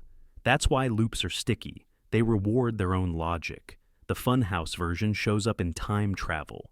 The everyday version shows up in habits. You set a late alarm because you see yourself as a night owl. Then you're always tired and confirm the identity. Or you label yourself unlucky, so you stop preparing. And that lack of preparation invites the very outcomes you feared. Round and round. When this happens, it leads to that, which brings you right back to this.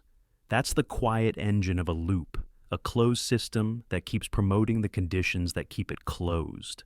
So, what do you do with a circle that has no obvious door? Here's the twist. Not every loop is a trap. Some loops are ladders in disguise. If belief can create behavior that creates more of the belief, then you concede the circle with a different starting note. Notice how a tiny cue flips the melody. You assume someone is on your side, so you ask one more question, you offer one more detail, they warm, and now your assumption suddenly fits the facts. The loop didn't break. It changed what it amplifies. Psychologically, this matters because our patterns don't just reflect reality, they often generate it, and a small shift in the first move can reshape the spiral that follows. Let's ground it. A coworker sends a short email. Your default loop says, terse equals annoyed. You brace. Instead, you try a new seed. Got your note? I can take the first pass and loop you in tomorrow. Anything specific you want included? Their reply is warm. You didn't solve a paradox. You fed a different one. Helpfulness causes clarity, causes collaboration, causes more helpfulness. The tape you left for the future you is now a kinder song. This isn't toxic optimism. It's humble engineering. You can't control every track on the cassette. Life presses play on things you never recorded, but you can choose the chorus you keep repeating. That's the reframe, not break the loop, but choose the loop you're willing to amplify. It's natural to think you need a brand new origin to get a fresh story, but in reality, you often need a small, deliberate first move that the system can echo until it sounds like it was always there, and about that attic melody. Maybe the question isn't who wrote the song, maybe it's what did the song make possible? If a sound can send itself backward to keep existing, what could your next small cue send forward to keep improving? The mind loves a mystery it can't pin down, but it also loves momentum. Feed it one brave note. Let it circle. Watch what comes back. Symmetry can starve you. Imagine a hungry, thirsty animal standing exactly between food and water, both the same distance away, both equally appealing, no preference, no push, no tiny tilt. It stays put, rational to the end, and that's the end. That little fable has a name, Buridan's donkey, and it is one of those brain-scrambling riddles that sounds silly until you catch yourself living it. The trap is not hunger. The trap is perfect balance. Here is the twist that lands close to home. We tell ourselves we are waiting for the better option to reveal itself. But when two options are truly tied, reason has nothing to grab. No edge, no criterion, no difference. So, we freeze, and time chooses for us. Not choosing is still a choice. Psychologically, the deadlock holds because your brain is built to rank things. It wants a reason, even a tiny, flimsy one, to nudge the scale. Without that, it loops. When the inputs are equal, the loop does not end, so it keeps spinning, and life quietly passes by. Let's take a simple example you might have already lived. You get two offers, same pay, same title, same vibe. Friends ask, which will you pick? You say, I'm weighing it. Days go by, you make a spreadsheet, color-code it, then reopen it at midnight and stare at two columns that might as well be mirrors. A friend texts, flip a coin. You roll your eyes, but you try it anyway. It lands on heads, and your stomach drops the smallest amount. There it is. The coin did not decide. Your body did. The flip only gave your intuition something to push against. A sudden, unexpected tilt that made the scale reveal its bias. We like to think great choices are the result of perfect analysis. Often, great choices are what happen after a small, honest asymmetry breaks the spell. Not more data, but a better question. Not more time, but a tighter constraint. Give yourself 20 seconds to decide and feel what rushes in. Imagine future you in 1 year and ask which path grows the trait you want to practice. Choose by a tiebreaker you can live with. Closer to people you love, kinder to your mornings, easier on your health.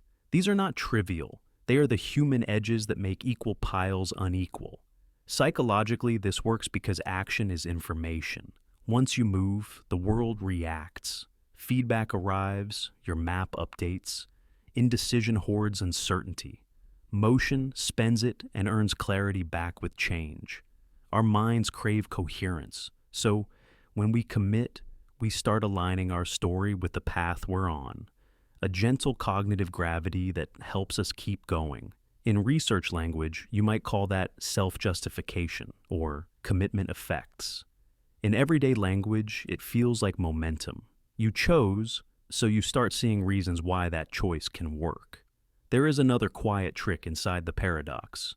Buridan's donkey assumes a creature with no identity beyond immediate desire. You are not that creature. You can choose by values. When options tie on outcomes, ask which decision lets you be more of who you want to be while you wait to see results. Perhaps both jobs pay the same, but one invites more learning. Perhaps both messages could be sent, but one is kinder. Perhaps both afternoons look free, but one gives your brain a real rest, not just a scroll. Choose the edge that teaches. Choose the edge that connects. Choose the edge that cares. And if you still feel the loop humming, remember, good decisions are made of small, imperfect nudges that become wise in motion. When all else is equal, any meaningful tilt is a gift. A coin flip to reveal your gut.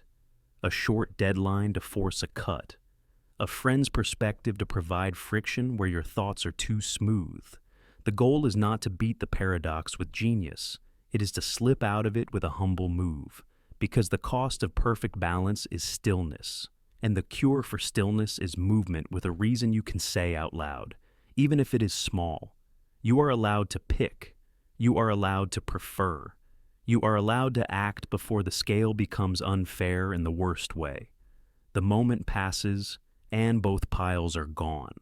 Let symmetry be beautiful, not fatal. Add your tilt, take a step, then make it right. That is how you stop being the donkey and start being the one who moves. A bell rings in a hotel that never runs out of hallway. Carpet stretches past the horizon, doors tick upward without end, and the glowing sign at the desk says every room is taken. The manager smiles anyway, because this place runs on the weird physics of infinity, and in this hotel, full never means finished. Picture it. Every room is occupied. Room 1, room 2, room 3, and on forever. A new traveler drags in a suitcase and asks for a key. Any normal hotel would turn them away. Here, the manager taps the bell and whispers a simple spell. Everyone moves down one room. The person in room 1 goes to room 2. Room 2 goes to room 3. Room 3 to room 4, and so on without end. No one gets kicked out, and now room 1 is free. A hotel that is completely full has just made space for one more guest. Another bus rolls up, then another, until there are infinitely many buses, each carrying infinitely many passengers. The front doors spin. Do we run out of rooms? Not here. The manager grins and says, "Give me a minute. First, a warm-up." If there are infinitely many new guests on one bus, the manager asks everyone already inside to move to the even-numbered rooms. Room 1 goes to room 2, room 2 to room 4, room 3 to room 6. Suddenly, every odd room is empty, and there are infinitely many of those. The entire bus fits easily. But what about infinitely many buses, each with infinitely many people? The trick gets stranger. The manager assigns every bus a unique prime number and every seat another prime. Raise the first prime by the bus number, raise the second prime by the seat number, multiply, and you get a unique room for a unique passenger. It sounds like a party trick, but it works because prime powers never collide. The lobby looks chaotic, but the math lines up perfectly. No one is turned away. Now stop and feel how wrong that feels. A place that is full takes more. A place that is really full takes infinitely more. Move a guest and another appears. This is what infinity does. It breaks the common sense rules that work for everyday numbers. Add 1 to 10 and you get 11. Add 1 to infinity and you still get infinity. Subtract half of infinity and somehow you are still left with infinity. Try this headache. The manager asks every person in an odd-numbered room to check out. Half the guests leave. The hotel is suddenly at half capacity, but also still has infinitely many people inside. Now flip it. Ask everyone in every room to move to the square of their room number. Room 2 goes to room 4. Room 3 goes to room 9. Room 4 goes to room 16. Some rooms, like room 5, now sit empty forever. How many people were just evicted? None. How many rooms became vacant? Infinitely many. Infinity is elastic in a way that makes language squeak. Here is another twist. Suppose each guest gives the manager a single unique number written on a tag, and the manager promises to list all of them. If those numbers are whole numbers, there is a neat list. 1, 2, 3, and so on. That is a countable infinity, the kind of infinity this hotel was built to handle. But there are bigger infinities. The real numbers between 0 and 1 cannot be listed, no matter how clever the manager is. If you try, there is a way to create a new number that is not on your list. That means there are more real numbers than whole numbers, a fundamentally larger infinity, the kind that no corridor, no matter how long, can hold. So, what is the lesson of this strange hotel? The paradox is not that the logic fails, but that our intuition refuses to follow the logic into the infinite. This hotel takes our everyday habits and stretches them until they snap. Full does not mean no more. Moving everyone can free up rooms without kicking anyone out. Subtracting infinitely many can still leave you with infinitely many. And somewhere beyond the last door number, there are sizes of infinity so vast that even an endless staircase cannot list them. The bell rings again. A new crowd drifts through the doors. The manager nods, already seeing the choreography. Down the hallway, keys jingle, feet shuffle, numbers slide, and the carpet keeps going. There's a moment right after the lights switch off when the room feels staged. The hum of the fridge, the soft tick inside the walls, the streetlight timing out like a cue. It is small, but it lands like a glitch, and it whispers a thought you try not to say out loud. What if this is not the original? What if this is the copy pretending to be the first draft? The simulation doubt begins with a simple count. If a civilization can build convincing worlds, it won't build just one. It will build many, and then many more. The more copies that exist, the more likely any given you is inside a copy. It is a neat piece of math disguised as a ghost story. But here's the twist that makes it hard to sleep. If that reasoning convinces you, then your conviction lives inside the thing you are doubting. Your belief that you are simulated might itself be simulated. So, whose conclusion is it? Yours or the program's? Try to test it. Say you promise to do something the universe can't predict, to jam a stick in the cogs. But the moment you try, you realize you are using the very rules you want to break. You think in the language of the world you suspect is scripted. If you find a pattern, you can say, that's the code. If you find chaos, you can say, that's the camouflage. Either way, the doubt survives. It is a paradox shaped like fog. The closer you look, the less it holds any place to grab. Thought experiments make it worse.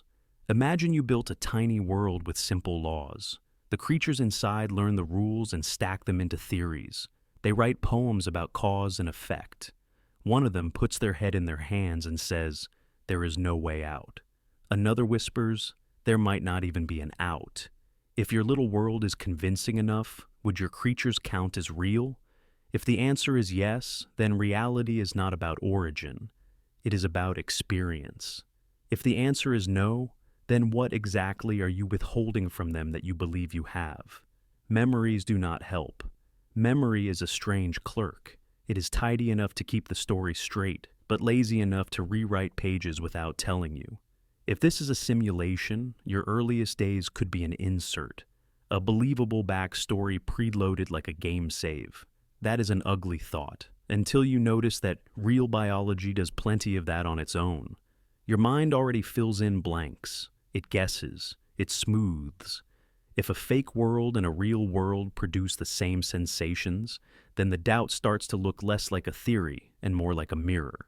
You are staring at your own way of knowing. There is also the stack, simulations inside simulations. You build a small one inside yours, then they build a smaller one inside theirs, and so on. How deep could it go? If it goes deep enough, the line between real and replica becomes a bookkeeping error. You find yourself asking a different question. Not whether it is simulated, but whether that distinction changes anything you can touch. If pain hurts and love wrecks and laughter lifts, does it matter where the server rack sits? Here is the darkest corner. If most minds that ever feel like you are inside copies, then most feeling like yours is happening in places that end when the plug is pulled. That turns meaning into a hostage. But then meaning was always a hostage to time. The sun ends, the stars die, the room goes quiet. Whether by heat death or power outage, the curtain falls. The paradox here is that finality does not erase the present. The apple still tastes sweet right now. The joke still lands. The hand you hold is still warm. Sometimes the doubt softens when you walk outside at night. The crickets argue. The air smells like rain that has not started yet. Above you, stars that might be pixels or might be fire. Either way, they flicker. You breathe, and the question blooms again, as stubborn as ivy. Am I the author or the avatar? The answer refuses to arrive. But another thought does, simple and impossible to dodge. If the world is a script, it still needs improvisation. If the code is thick, it still leaves room for choice to feel like choosing. Maybe the point is not to win the argument. Maybe the point is to play so well that the line between stage and life blurs, and the doubt becomes part of the performance, and the performance still moves you to tears. A drum full of tickets spins, and your brain quietly misfires. You can feel it. With so many tickets, almost every single one is going to lose. That is not just a hunch. That is a rock-solid bet. Point to any ticket at random, and you would be perfectly reasonable to say, this one will not win. But here is the twist that bends your thoughts out of shape. If it is reasonable to believe of each ticket that it will lose, it starts to seem reasonable to believe that all of them will lose. And that is impossible, because one ticket must win. This is the lottery paradox. Your mind can be rational about every step, and still end up somewhere irrational when you put those steps together. It is like walking carefully along a row of stones across a river, each step steady, and then discovering the path as a whole throws you in the water. Why does it feel so convincing to believe each ticket will lose? Because the probability is overwhelming. In a massive fair lottery, each ticket is almost certainly a loser. Almost certainly is the key phrase. Our everyday thinking has this shortcut. If a claim is extremely likely, we treat it like a safe belief. That shortcut works beautifully most of the time. You believe the sun will rise tomorrow, your train will arrive close to on time. The email you just got is not from a prince who needs your bank account. You are usually right to believe these things. But that shortcut contains a booby trap. Rational belief loves to combine things. If you are justified in believing A and justified in believing B, it feels like you should be justified in believing A and B together. Stack enough justified beliefs and you should get a justified picture of the world. The lottery paradox shows that this neat logic snaps under the weight of huge numbers. This ticket will lose is practically guaranteed for each ticket. Put that belief next to the same belief for the next ticket, and the next, and the next, and the whole pile turns into every ticket will lose, which cannot be right. So, what do we do with that? Some people say the shortcut was doing too much work. Being very likely is not the same as being true, and not all justified beliefs can be glued together. You can be reasonable in taking a step without being reasonable in assuming the entire staircase will hold. Others raise the bar. Maybe belief needs more than high odds.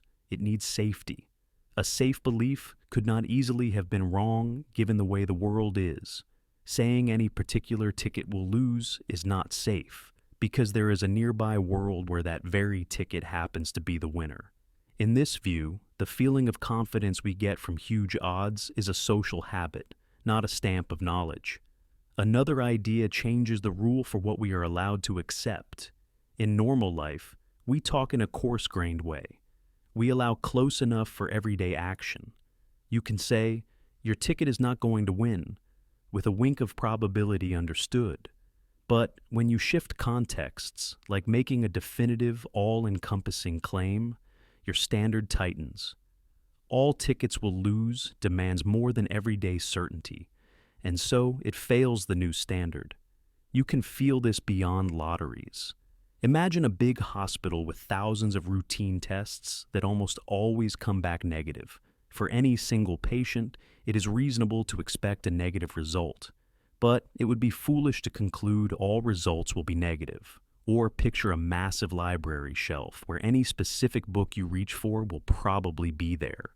It would be absurd to believe every single book is correctly shelved. Reasonable piece by reasonable piece, you cannot assemble an unreasonable whole. Here is the deeper bite. The paradox exposes a fracture line between probability, belief, and knowledge. High probability pulls you toward belief. Logic asks your beliefs to play nicely together. Reality refuses to guarantee that. The tension is not a bug in your thinking. It is a feature of a world where almost certain does not mean certain, and where combining good bets can make a bad conclusion. So, the next time the drum spins, notice the two voices in your head. One says, "This ticket will almost surely lose." The other says, "At least one ticket must win." Both are right in their own ways. Wisdom is knowing when to stop stacking your small, sensible bets into an impossible certainty. A crooked mirror hangs in a hallway, refusing to tell the truth. Not cracked, not broken, just tilted, just enough to pull the world slightly out of place. You stand in front of it and watch your face lean toward a version of you that is both familiar and off by a breath. The glass does not just reflect, it argues. It says, "Here is what you look like when the world is a half step sideways." You lift your left hand, and the figure in the glass lifts its right. That is what people say anyway. But listen closely to the trick. The mirror is not flipping left and right at all. It is flipping front and back, pushing the world through its surface like a glove turned inside out. Your brain steps in like an overeager translator and insists that left has become right because you are used to spinning around to face someone else, not being folded through a sheet of silver. The crooked mirror whispers, "Your map of the world did that, not me." And that is how the first twist lands. The glass stays honest, while your mind does the bending. Now, imagine a message written across the surface in lipstick. It reads, "This sentence is false." You try to straighten the mirror to get the words right, but straightening does nothing. If the sentence is telling the truth, then it must be false. If it is false, then it tells the truth. The mirror does not resolve it. It just keeps the loop alive, bouncing it between you and the words until you feel the floor tilt again. You are watching a thought devour its own tail, a snake eating itself where logic swallows logic and ends up with more than it started. You lean closer. The glass leans back. Now you notice the frame. Maybe whoever hung it knew this. Tilt anything, and you can watch certainty slide a few inches. There is a story about a barber in a town who shaves everyone who does not shave themselves. Who shaves the barber? It is the same sliver of trouble hiding in the mirror. The rule sounds clean until it tries to include the one who makes the rule. The barber and the sentence and the reflection all chase each other around the same corner, never catching up, never letting go. Turn the mirror to face another mirror, and you get infinity. Not the loud kind with bright stars, but a quiet, recursive hallway of yous, stepping into the distance, getting smaller and smaller until they blur into a shimmer. Each one seems real, each one lagging by a breath, each one copying the last. At which point do they stop being you? Now your mind reaches for another knot. If you replaced every piece of a ship, plank by plank, is it the same ship? The glass suggests an answer without giving one. Those infinite doubles are all you and also not you, the same and slightly less. Echoes that still sing. Time gets involved whether you invite it or not. A mirror is not a window to now. Light needs time, even if it is a sliver, and the image you see is always a hair older than you. You are looking at your past self, every single moment, by the tiniest breath. You smile at a ghost of a second ago. It smiles back, faithfully late. If the moment passes before you can catch it, what exactly is the you that you claim is real? The crooked mirror does not answer. It just keeps you honest about how slow truth can be. Stand a little farther back. Tilt your head until the floor feels level again. The mirror will follow you, but it will never quite let you win. That is its secret kindness. It reminds you that the world you move through is not straight. Your thoughts have corners. Your rules fold into themselves when they get too neat. A perfect reflection would be a lie, because it would leave you nowhere to question. The crooked mirror tells the truth by never pretending the truth is simple, so you reach out and touch the glass. Your fingertip meets its twin and swallows a fraction of a second. For one breath, that thin sheet holds two worlds against each other, yours and the one that insists it is reversed. There is room between them, only a whisper wide, but wide enough to get lost in. When you pull your hand away, you leave a print that will fade, proof you were there arguing with your own certainty. The hallway straightens.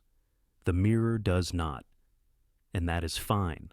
Some things are meant to be a little bent, so we do not forget that the mind loves straight lines, while reality prefers the curve. Your birthday cake stops needing candles. Years slide past until years themselves feel like shy guests who no longer show up.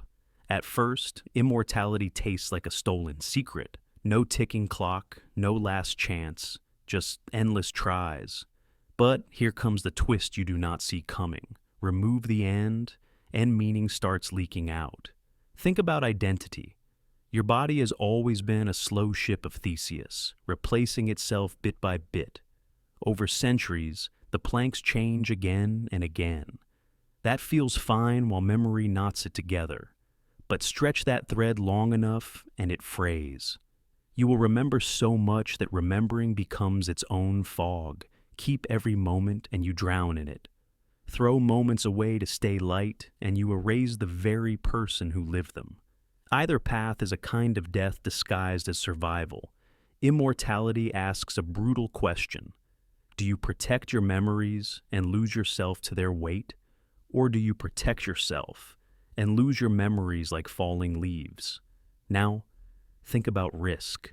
Mortality makes choices heavy because you cannot do everything. With forever, the weight evaporates. You can always try again, learn the violin, learn a new language, learn an ancient one. You can apologize in 10 years or 100. You can love someone, then step aside and promise yourself you will love again after the grief cools. But in that wide horizon, urgency wilts. The promise of forever sneaks into every vow until forever stops being a promise and becomes a loophole. When you can always return, nothing needs to be chosen now. Delay is effortless. Days become cheap. If every moment can be replaced, what makes any moment precious? There is a colder paradox waiting at the finish line of time. The universe is a patient clock with a single direction. Suns burn out. Galaxies drift apart like tired dancers. In the far, far future, there is nearly nothing left to notice. If you are truly immortal, you will keep breathing through a world that barely breathes. When change stops, time loses its footsteps. If nothing happens, are you alive inside that stillness, or are you a word without a sentence? To survive that quiet, you must be something more than biological, more than physical, more than anything we can picture. And if you are beyond the rules, then you were never really living under them. Immortality becomes a ticket out of reality or a seat at the end of a show with no curtain call. People say, immortality frees you from fear. Another trick. Remove death and you reveal pain in pure form. Pain pain without the mercy of an ending. Stub your toe today, heal, repeat. Lose a friend today, heal, lose another, repeat. You start inventing distance just to cope, holding back on joy because joy writes a name tag that grief will later tear off. Protect yourself enough times and you become a smooth stone. No cuts, no scars, no grip. People slide off you. You do not break, but you also do not hold. Here is the strangest loop. With endless time, you will eventually become almost every version of yourself. The brave one, the cautious one, the artist, the hermit, the cynic, the saint. When you can try everything, the meaning of your choice thins out because every path is a path you will walk eventually. You are not picking a life, you are cueing them. The sentence I am, this becomes, I am this for now. Where is the anchor then? There might be a small antidote, and it sounds like a curse inside the curse. You manufacture endings. You draw borders where none exist. You promise yourself that this love will be treated as if it can end. You decide that this project has a finish, and then you honor it. You let some doors close and refuse to reopen them later. You keep rituals that pretend time is short until the pretending makes it true enough to matter. The only medicine for forever might be a chosen deadline, but the riddle never fully resolves. Live forever, and you risk becoming a ghost who still has a pulse. Choose endings, and you imitate mortality inside immortality. Either way, the price of beating death is paying with pieces of what made life sweet. The real curse is not that life never stops. It is that forever quietly steals the reasons you wanted more of it. A stray thought swims up from the dark. What if the thinker arrived before the world?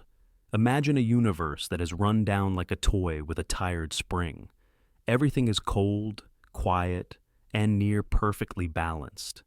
Entropy sits high and smug, because that is what time does to everything. But in a sea of near nothing, tiny ripples still happen. Think of soda left on a counter. Every so often a bubble sneaks up. Now stretch that to the cosmos. Every so often, a little pocket of order can fizz into being. Most bubbles are nonsense, a dust mote, a fleeting swirl. But once in a wildly unthinkable while, the bubble is a brain, a Boltzmann. Brain is the idea that a fully formed mind with memories, fears, favorite songs, and a sense that it grew up somewhere could just fluctuate into existence from chaos, live for a heartbeat, and vanish. Not because the universe loves stories, but because probability allows almost anything given enough time. And time, in a tired universe, is practically endless. Here is the horrifying twist. If that scenario is allowed, a single brain is far more likely to pop out than an entire galaxy, let alone a universe like ours with stars, planets, forests, and streetlights. It takes far less raw luck to assemble a brain plus a fake room around it than to build a whole cosmic history. So, if the universe is that kind of place, the odds say the most common observers are not people like you who grew up, learned a language, and stubbed a toe on a real coffee table. The most common observers are lone, momentary minds with counterfeit memories of coffee tables they never actually touched. Now your stomach drops. Because if that is true, then everything you think you know, your childhood, the taste of your favorite snack, the laws of physics you seem to remember, could be make-believe stitched into your instant of awareness. You cannot use your senses to escape the trap, because the trap is designed to imitate senses.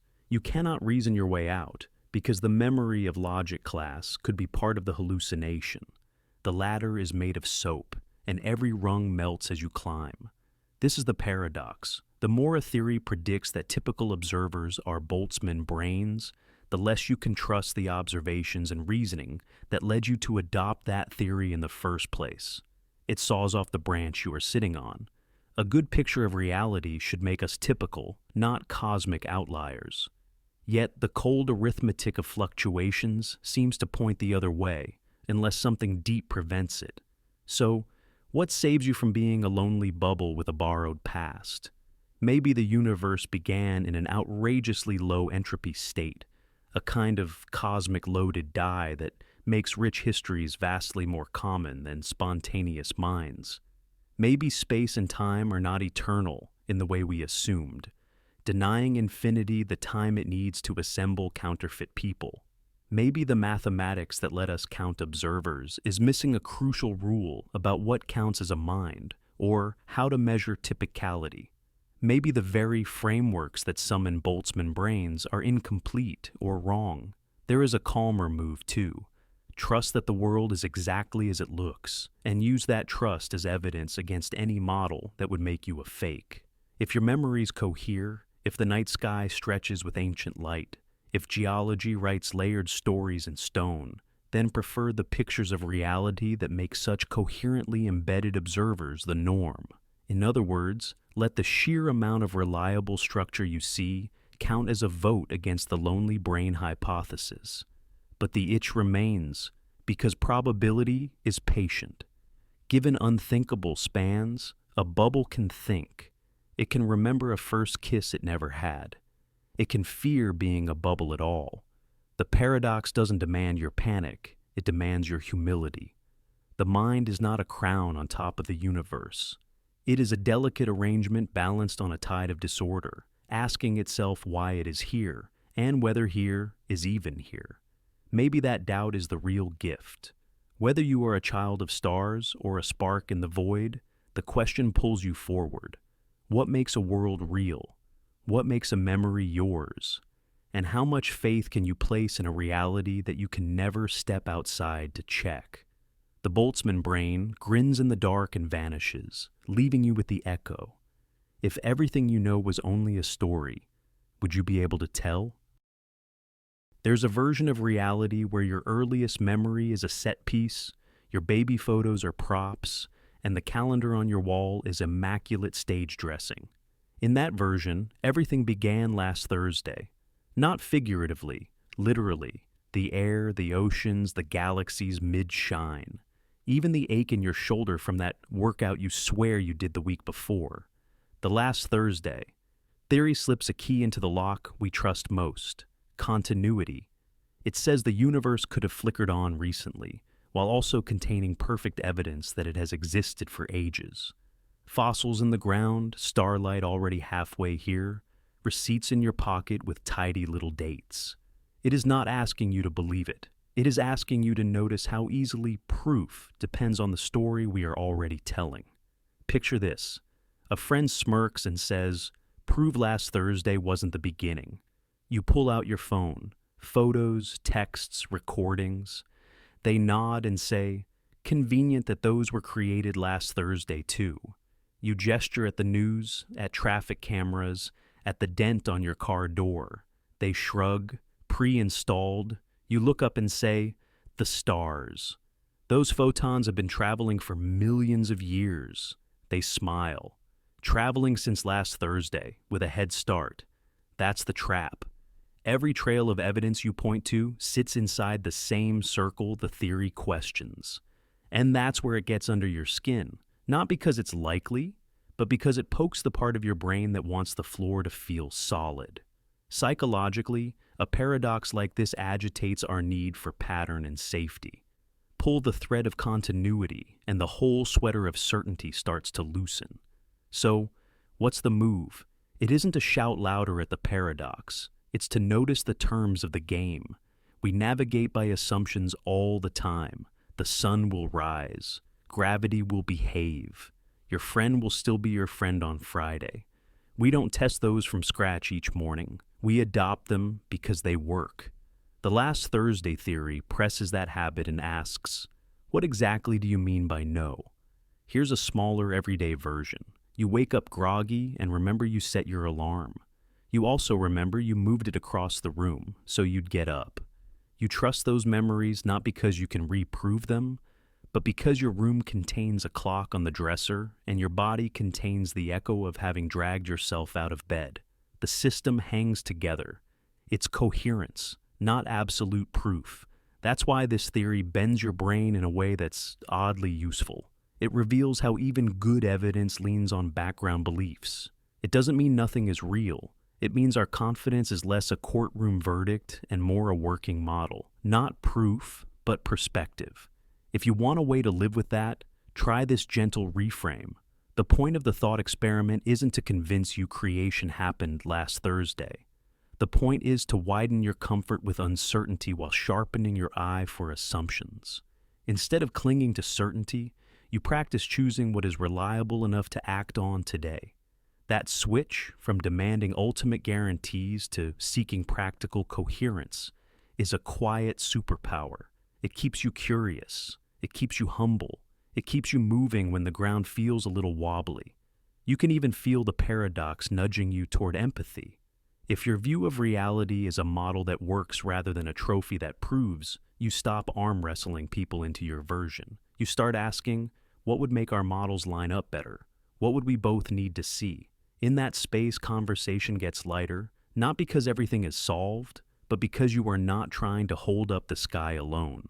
So maybe the gift of the last Thursday theory is not an answer, but a posture. Use it to notice the scaffolding under your certainty. Use it to upgrade from brittle confidence to flexible trust. Use it to hold your beliefs with warmth, not white knuckles. And if it all did start last Thursday, here you are anyway, breathing, choosing, reaching. Continuity or not, that choice is real enough to matter. That might be the only proof you need. A barrel presses to a temple, but the trigger is wired to the flip of a single atom's secret coin. Heads, a soft click. Tails, silence forever. Now, here is the twist.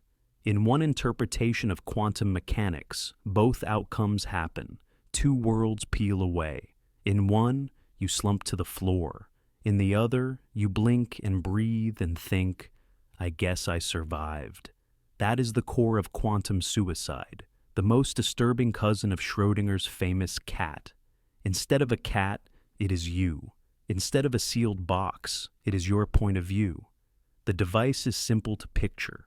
A quantum event that has an even chance of two outcomes is tied to a harmless click or a lethal shot. The many worlds interpretation says reality branches so that each outcome is real in its own world, but your experience can only continue in the branch where you remain alive. So, subjectively, you never feel the losing outcome. You never feel an end. Every time you pull the trigger in this setup, you drift into the thread where you go on. Here is the brain breaker. If this story is right, then from your first-person perspective, you are strangely immortal.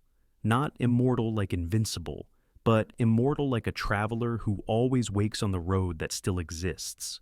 Everyone else watching from the outside sees a grim statistic, the odds of your survival shrinking towards zero as you repeat the trial. But the only perspective you ever inhabit is the one where you made it through. You remember a series of lucky escapes. You might start to think the universe is winking at you when really you were just riding the only branch where you can keep thinking. Now tug at the threads. What does it mean to say you survive in another branch if the weight of that branch, the slice of probability it carries, gets thinner and thinner? Is a future version of you in a barely there world still you in any meaningful sense? If you stack up these trials, the outside world sees tragedy almost every time, while the you who continues sees a streak that should be impossible. Your friends in that thin branch will call it a miracle. In nearly all the other branches, there are no words left to say. This thought experiment does not prove that many worlds is true. It does not give permission to gamble with a life. It throws a harsh light on how weird it is to pin consciousness to physics. Identity gets slippery. If the universe copies and carries versions of you down every corridor, what exactly is the person who says I? Are you the collection of memories bundled up to this instant, or are you the full spread of possible futures? If the latter, you cannot die. If the former, you can, and others will watch it happen almost every time. There is also the puzzle of measure, the size of branches. Many worlds is not just about splitting. It is about how much reality each split gets. If surviving branches get smaller and smaller measure, then your continued existence is real, but rare, like a whisper left in a hurricane. Do rare whispers count? From the inside, All that counts is that you can still hear it. From the outside, nothing could be more misleading. Then comes the moral vertigo. If someone believed they would always survive subjectively, would they stop fearing risk? Would that belief erode empathy, since in most branches loved ones grieve? Quantum suicide shows how a neat equation can warp into an ethical nightmare when it touches human impulse. It is a thought experiment for a reason. The point is not to act it out. The point is to feel the floor tilt under assumptions we barely notice, that there is one world, one self, one clean line from birth to death. Take a breath and step back. Whether or not worlds branch is still an open debate, but the paradox leaves a mark. It makes you ask where your perspective sits inside nature, how chance becomes experience, and why a simple rig with an atom and a trigger can turn a human lifetime into a labyrinth. Maybe there is only one world, and luck is just luck. Maybe there are countless worlds, and you surf a narrow wave of survivors. Either way, the thought itself lingers like a click in the dark, daring you to listen for the next sound and wonder which version of you will hear it. Somewhere, in a universe that looks suspiciously like this one, you press play on a story you already know. The breath you take right now has been taken before and will be taken again, not once, not twice, but an uncountable number of times. Not because destiny wrote your script, but because the universe ran out of new configurations and started cycling through the old ones.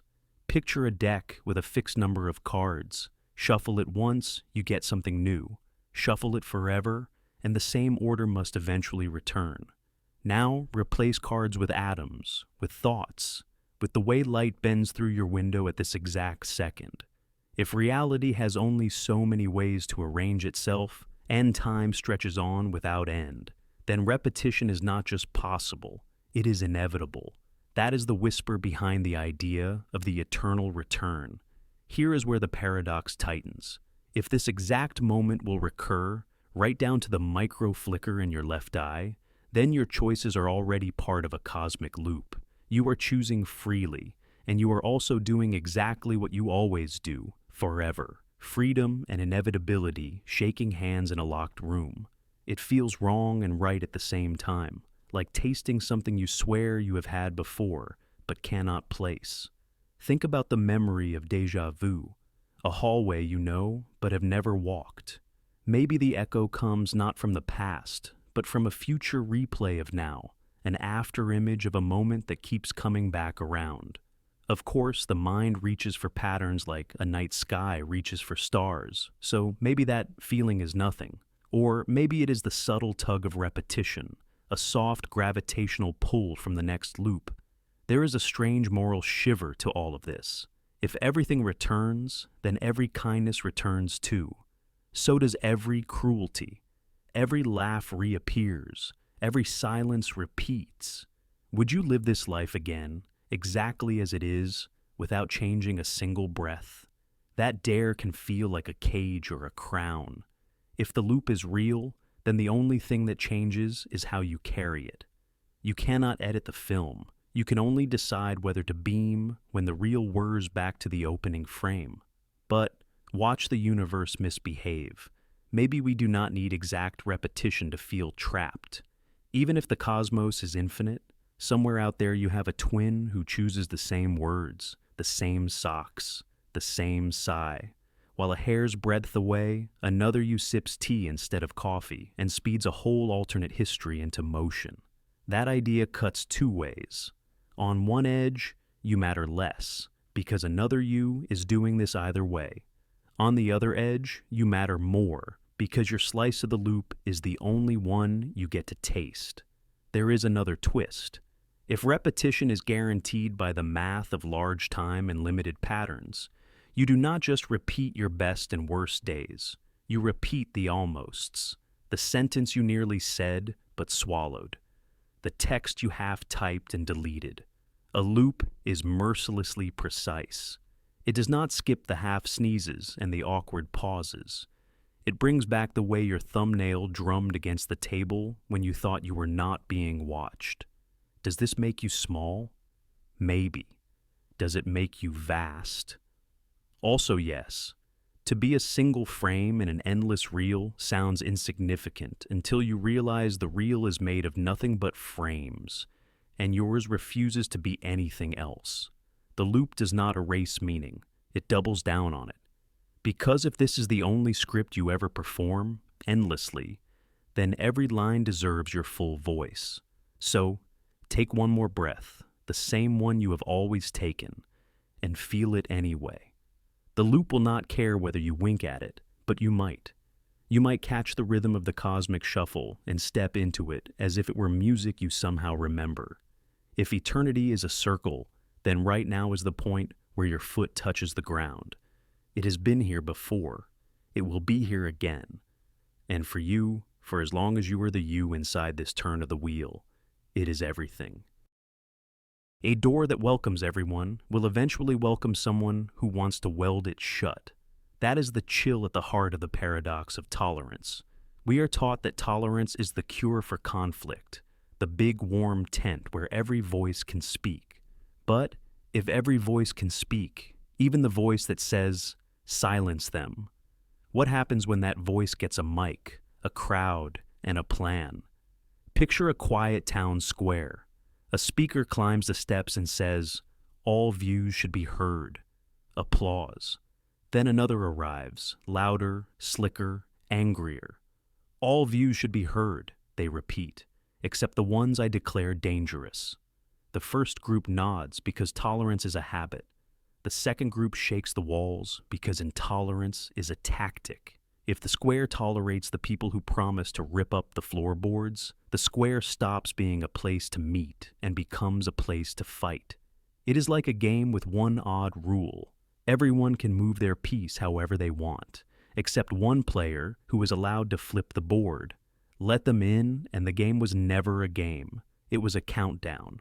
Or think of a museum that allows any visitor to bring in any tool. Most will bring curiosity. A few will bring a hammer. One hammer is all it takes to end the exhibit.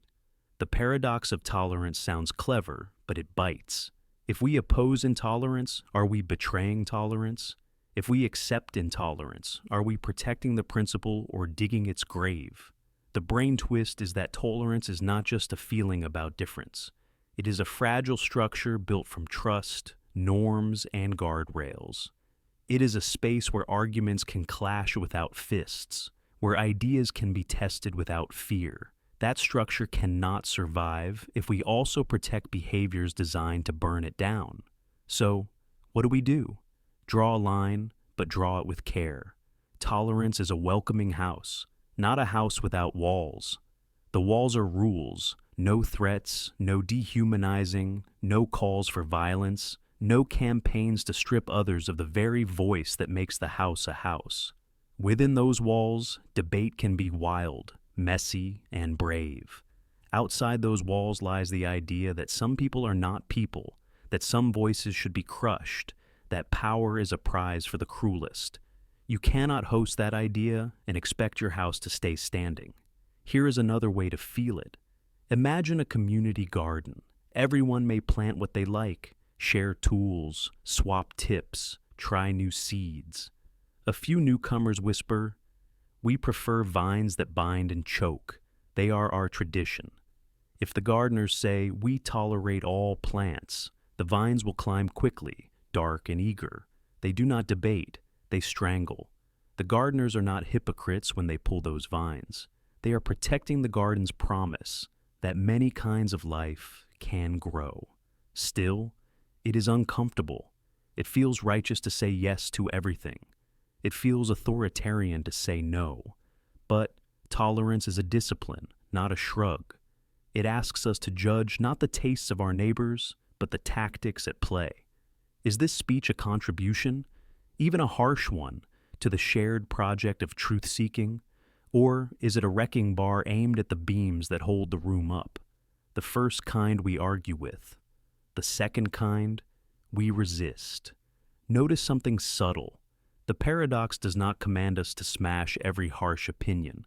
It warns us to recognize when a movement uses the freedom of the square to end the freedom of the square. The trick of the intolerant is performance.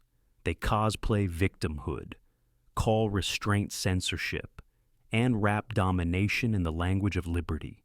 The counter is clarity. The counter is consistency. We defend the rules that keep the argument possible, even when it costs us in the moment. In the end, tolerance that tolerates everything is not tolerance. It is surrender dressed as virtue. Real tolerance has a backbone. It protects the conditions that let disagreement happen at all. It remembers that a door open to all includes people who dream of bolting it, and it plans accordingly. Keep the door open. Keep the hammer checks at the entrance. And never forget, the house is only a house if everyone inside still has a voice tomorrow. A hallway of selves opens when two mirrors lock eyes. Step forward, and 1,000 little yous ripple into motion. Step back, and they retreat together like a tide that knows your name. It feels endless, like the world is feeding on its own echo. That is what a paradox does. It takes an idea, bends it back on itself, and asks your brain to breathe underwater. Your mind loves neat endings. It's built to close loops, to finish patterns, to make uncertain things feel safe. Psychologically, that impulse is a feature, not a flaw, which is why these loops scramble us so fast. We are wired to tie knots into bows, and a paradox ties the knot into itself. Here's what it looks like in real life. You're in a kitchen at midnight with two mirrors propped face to face, music low, lights warm. A friend tilts one mirror a hair left, and the corridor inside stretches deeper, darker, thinner. He grins and says, "Watch this," and raises his hand. The copies raise their hands. You wave slower. They lag a breath behind, like time itself is catching up. You feel a quiet vertigo, a tug in your chest that says, "Wait, which one is me?" That tug is the mind trying to label what resists labels. It wants a first and a last, and this hallway refuses both. Now, make the mirror verbal, and it gets stranger. Consider the sentence that says, "This sentence is false." If it is true, then it must be false. If it is false, then it must be true. The meaning flips on itself like a coin forever in the air. Or the barber who shaves all the men who do not shave themselves. Who shaves the barber? If he does, he should not. If he does not, he should. The rule eats its own tail, not a bug, but a mirror, not a flaw, but a loop. And identity is not spared. Imagine a ship made of planks. Replace one plank each day. After enough days, the ship is new wood, new nails, new everything. Is it the same ship? What if you rebuild the original from the discarded planks? Now, which one is the ship? Your brain reaches for a clean answer, but the edges blur, and that blur reveals how much of self is a story we keep telling and retelling. Psychologically, our sense of identity is a pattern we reinforce, and paradox pulls the rug under the pattern to show it floating. There is a reason these mind loops make us laugh, or gasp, or go silent. They stall the habit machine. Freshness breaks through when your expectations collapse, like feedback squeal when a microphone hears itself. You try to mute the echo, but the echo is the point. It says, look at your own act of looking. Listen to your own act of listening. The mirror turns the camera back on the camera. That is why even simple lines can stun. This page intentionally left blank. The moment you read it, it is not. The moment you believe it, it isn't. Your thoughts trip on their own shoelaces and, in that stumble, notice the shoes. But there is also a gentler side. Some paradoxes are not traps. They are invitations. You only move forward when you stop forcing it. You only understand someone when you stop trying to win. It's not about doing less. It's about doing different. That contrast flips a switch, and suddenly the room has another door. The mind hears a no, and answers with a better question. The loop becomes a ladder. So stand between the mirrors for a moment. Watch your copies shrink to pinpoints and vanish into the dark. Feel that tug again. Let it stay. Not knowing is not the end of the thought. Sometimes it is the start. If certainty is a wall, paradox is a hidden hinge. Push and it turns. Step through and you are still you, but also a little wider, a little quieter, a little more awake. The corridor is not there to trap you. It is there to show you how you search for exits. Infinite mirror. A chalk mark on the floor, a whisper to step inside. You step across the line, and language begins to do tricks. Say, I am lying, and the words fold in on themselves like a ribbon twisted into a knot. In the Sorcerer's circle, statements don't settle. They circle you. They loop. They contradict. They refuse to be pinned. Here's the strange promise of this place. You won't win by solving everything. You win by noticing what the puzzles reveal about you. Not a maze with one exit, but a mirror that multiplies your angles. Psychologically, our minds crave closure, and paradoxes keep the loop open. That tension is why they hook us and won't let go, tugging us toward deeper questions about truth and identity. Here's what it looks like in real life. You're at a late-night kitchen table, the light is warm, and someone insists, truth is simple. You slide across 2 sticky notes. On the first, you write, this sentence is false. On the second, you write, the sentence on the other side is true, and you stick them back to back. They laugh until they flip and flip and flip and realize nothing lands. In that little paper hinge, their certainty starts to wobble. The Sorcerer's Circle does this with everything. A barber shaves everyone in town who does not shave themselves. Who shaves the barber? If he does, he doesn't. If he doesn't, he does. The circle chuckles. Or take the ship carried across years, plank by plank, replaced, until nothing original remains. Is it still the same ship? You look down at your shoes, at a favorite pair that survived 3 new laces and fresh soles. Familiar feel, new material. Where does sameness live, if not in the pieces? Identity starts to sound less like a label and more like a rhythm that continues even as the notes change. And then there's time, which the circle treats like breath. You try to go back and undo your origin, but your attempt becomes part of the origin, a loop. Try to outrun a tortoise with steps halved and halved again. And you cross the finish line anyway, because the world is not only mathematics, but motion. Paradox doesn't tell you the world is broken. It tells you your thinking is neatly boxed, and the world is not. So you learn a new move. Instead of clamping down on the contradiction, you stand in it for a moment. Not to be clever, but to be honest. Not to prove, but to perceive.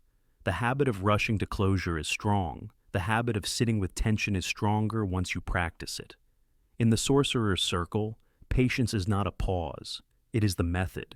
Psychologically, that pause lowers your inner resistance and opens room for a better question. The kind that changes the conversation rather than ending it. Another night, the kitchen table again.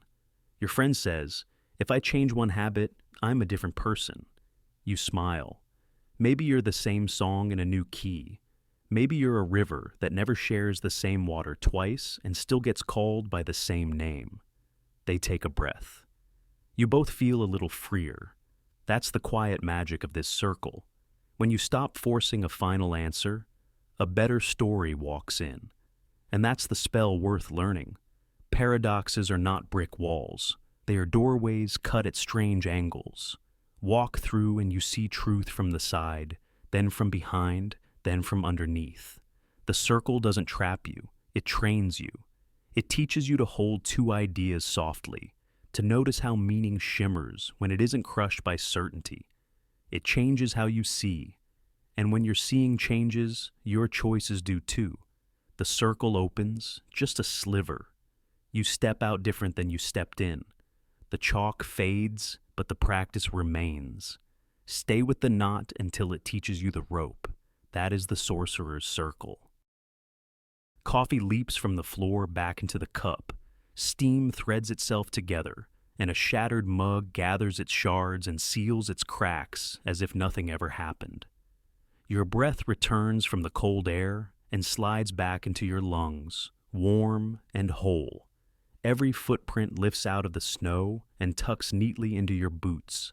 It feels wrong because it is the one thing you never see, yet the equations that rule the world would not blink at it. We live inside a one-way street called the arrow of time. Eggs break, ice melts, hearts grow older. On the surface, cause stands tall, and effect follows behind like a shadow. But down in the gears, the microscopic rules are almost perfectly ambidextrous. Play them forward or play them backward, and they still hum the same tune. If a tiny billiard ball taps another, the math that sends it left could just as easily send it right when you reverse the film. So, why does the world pick a direction and never look back? The word that squeezes the arrow into a single direction is disorder, entropy. There are more messy ways for things to be than tidy ones. A deck of cards likes to scramble. A drop of ink likes to spread. The future is just the set of states with more ways to be. But here is the catch that twists your brain. If all the little parts can dance backward without breaking the rules, then the path to lower disorder is right there too. It is allowed. It just almost never happens because it would require an astronomically precise conspiracy of motions. Every molecule of air would have to push the shard, nudge the handle, and hush the dust back into place at the exact right instance. Not just once, but every breath, every blink within a blink. Suppose that conspiracy did happen. Imagine you living inside that reverse flow. You would not feel like a tape rewinding. You would not gasp and say, "This is wrong." Your memory would point the other way. You would remember what we call tomorrow, and you would call it yesterday. The coffee would not feel like it is leaping off the floor. It would feel like you set the cup down, and it stayed full, the ordinary miracle of your day. The arrow is woven into what you call a record, a bruise, a breadcrumb trail of heat, friction, and wear. Flip the trail, and you flip what counts as evidence, and with it, your sense of cause itself. There is a deeper provocation. If the laws are neutral about which way is forward, then what selected the direction we all share? One answer whispers that the entire universe began in a wildly special, astonishingly low disorder condition, and everything since has been a long slide toward typicality. That works until you ask what set that first boundary. Another answer says the arrow is not in the laws, but in us, in the way we compress the world into simple stories and forget the fine details. The more ignorance, the more arrow.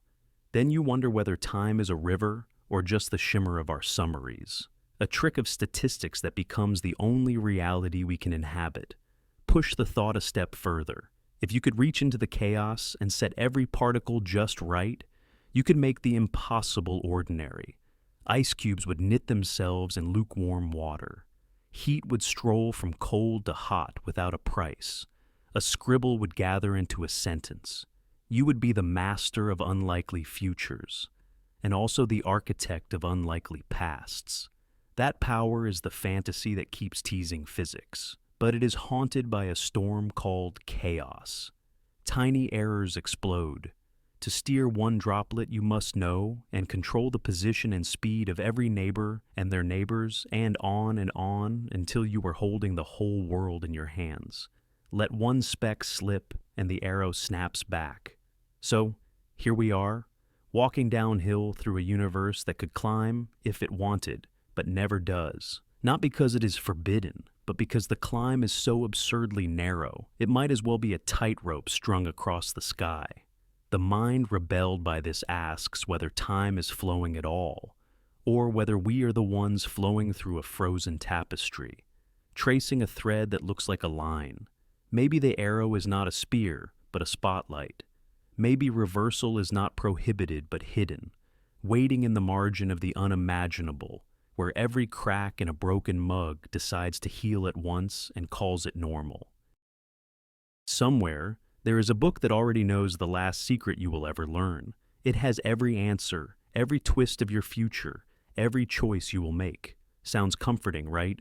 Until you open it and realize the pages are moving because you are looking at them. That is the Omniscience Trap. Picture a sealed envelope on your desk with your name on it. Inside is a prediction of what you will do at midnight. You tell yourself you will prove it wrong. If it says you will stay home, you will run into the night. If it says you will leave, you will chain yourself to the couch. But if the predictor truly knows everything, then your rebellion was always part of the script. Your free defiance is in the envelope, too. You never escaped it. You played your role perfectly. This is where the mind bends. Knowledge is not just a mirror. The moment knowledge touches the thing it describes, it can push. Tell a market that a stock will crash and watch people panic. Tell a class there will be a surprise exam next week and the students try to outsmart the future. They reason that it cannot be on the last day because then they would expect it. They cut off that day. Then the second to last day seems predictable too, so they cut that off and so on until no day remains. And yet the teacher can choose a day near the start. And when it lands, the shock is real. The trap is that knowing about a surprise changes the space of possibilities, but does not erase them. Knowledge reshapes the stage. It does not stop the play. Here is another edge case. Say you believe every truth can be known. It sounds hopeful. But hide a tiny truth in a quiet corner. There is at least one truth no one will ever know. If every truth can be known, then even that one could be known, which makes it false. If it is false, then actually every truth can be known. But in making it false, we just forced it to be knowable, which turns the whole loop inside out. It is like trying to catch your own shadow by stepping on it. The act of reaching changes what you are trying to reach. Or think of a friend who says, "I know everything you will do." You grin and declare, "Then I will do something random." Flip a coin. But what you call random is still a decision built into reality, or at least into probabilities. Your friend could have known you would gamble, even if not which face would land. And if they whisper, "You are about to turn this coin into a test of freedom," you might slam the coin down out of spite. They saw that too. The trap tightens because knowing about your resistance is part of knowing you. There is a darker layer. If a machine can predict your day with stunning accuracy and it shows you, you might move to oppose it. The machine expected that. It could show you a slice that nudges you into proving the rest. Prediction can become instruction. Omniscience does not just observe, it shepherds. That is why the idea of a perfectly knowing observer unsettles us. It flattens mystery, and mystery is the room where we move. So, how do you step out?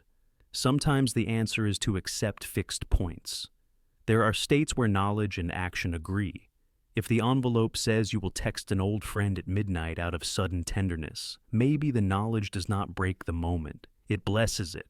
Other times, you blur the edges. You make choices not from the information, but from the values that hold steady when the information shifts. You choose because it matters, not because it was or was not predicted. Here is the quiet punchline. The Omniscience Trap is not only about future facts, it is about meta-facts, knowing that you know and knowing that you know that you know. Each layer folds back and starts steering you. Total knowledge is a hall of mirrors where the viewer becomes the view. And yet, the most human move might be to leave a light off in one room, not because it cannot be lit, but because the shadow itself gives shape to the world. Maybe we do not need a book that contains every page we will ever live. Maybe what makes a life breathe is that some pages can only be read by turning them. Picture an empty warehouse where every key is sticky with banana sugar, every fluorescent tube hums, and a troop of jittery monkeys clacks away on endless keyboards. No plan, no editor, just chaos singing through plastic keys. Out of that chaos, the theorem whispers something outrageous. If they keep going without stopping, those random paws will eventually pound out perfect Shakespeare, word for word, comma for comma, down to the last breath of Hamlet's sigh. But hold that thought, because the part that scrambles your brain is this. The theorem says almost surely, not surely. Almost surely means the chance that it never happens is so tiny it collapses to nothing, but not nothing in the strictest sense.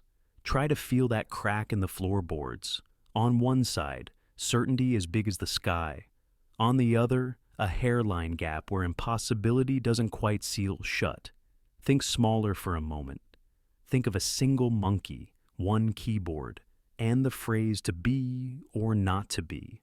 The odds of hitting that exact string by accident are microscopic, like throwing sand at the moon and expecting one grain to land on your name carved in a crater. But stretch time outward without limit.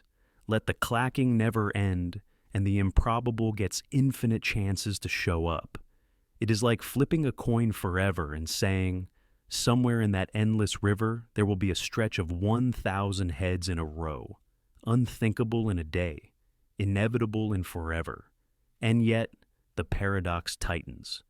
The monkeys are guaranteed to type every masterpiece, but you will almost surely drown in nonsense trying to find them. Every correct Hamlet will be buried in an ocean of near Hamlets, wrong by one letter, wrong by one space, wrong by a sneeze on page 3. For every clean diamond, there are uncountably many almost diamonds, and the piles of rubble grow faster than your patience. Randomness births perfection, but it hides it inside a maze that expands faster than you can walk. Now, tilt the warehouse into an impossibly large library. Every book that ever could be written is there, including your childhood afternoons, the exact words you will say tomorrow, and a cookbook that invents a soup of rainfall and radio waves. Somewhere, a flawless biography of your life sits beside a version where your birthday is off by one day, and a version where it is a glossary of only the letter A. Infinity is generous to the point of cruelty. It grants existence to all of it, but it does not give you a map. Here is the part that feels like a splinter in your thoughts. In mathematics, almost sure is as close to fate as it gets. In life, it does not feel that way. We only live a finite sliver. We do not get forever. We get mornings and evenings and a few hundred months of trying. The theorem is a promise made to a universe with infinite patience. We are animals with alarms and rent and eyelids that grow heavy. So, the paradox is not that randomness can produce order. It is that the certainty of that order lives on a time scale we can never touch. And still, the idea gnaws. It says that chaos is not barren, that in the frantic tapping of the world, every great work is encoded somewhere. That perfection is not scarce at all. It is so abundant it becomes indistinguishable from noise.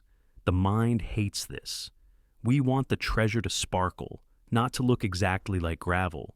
So, what do you do with a warehouse of blind chance that secretly contains every symphony? You stop waiting for monkeys. You cut the ribbon on a finite page and write anyway. Because here is the quiet counterspell to the paradox. Meaning is not the same as mere occurrence. A miracle that no one can find may as well not exist. A masterpiece pulled from your short, messy human hours is a different kind of infinity. It is not guaranteed by probability.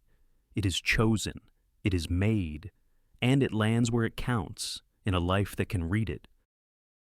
By the time the glossy picture cooled in a nurse's hand, there was only one heartbeat. But the room still felt crowded, like the walls remembered something the body had already forgotten. That is the first trick of the Vanishing Twin. It leaves behind a feeling before it leaves behind a fact. Some stories begin with 2 pulses on a screen, twin sparks blinking in rhythm. Then, strangely, mercifully, cruelly, choose your word, one spark fades. It slips into silence so quietly that the world barely notices. And yet the world around the survivor starts weaving. A parent names the empty space. A drawer holds 2 sets of tiny socks. A photograph of a black and white swirl gains cult status in a family album. A myth forms. And in that myth, a paradox. If a twin disappears inside the other, what does it mean to be a single person? Imagine you are that one heartbeat. You grow up, taller, louder, certain. But once in a while, something odd appears. A freckle that does not match the family. A blood test that whispers another story. Maybe a scar where there should be none. or a right-handed person who writes left-handed when they are tired, or nothing at all. Just a feeling, like a second name you never learned to say out loud. Is the self still a clean edge, a neat outline drawn around a single figure, or is the self a crowd wearing one face? Think of identity as a ship that sails through time, with planks replaced piece by piece. When do you stop calling it the same ship? Now add a twist. Some of your planks came from a second ship that never left the harbor. Your cells trade, your stories blend, your map redraws itself while you sleep. If parts of you are borrowed, are you still only you?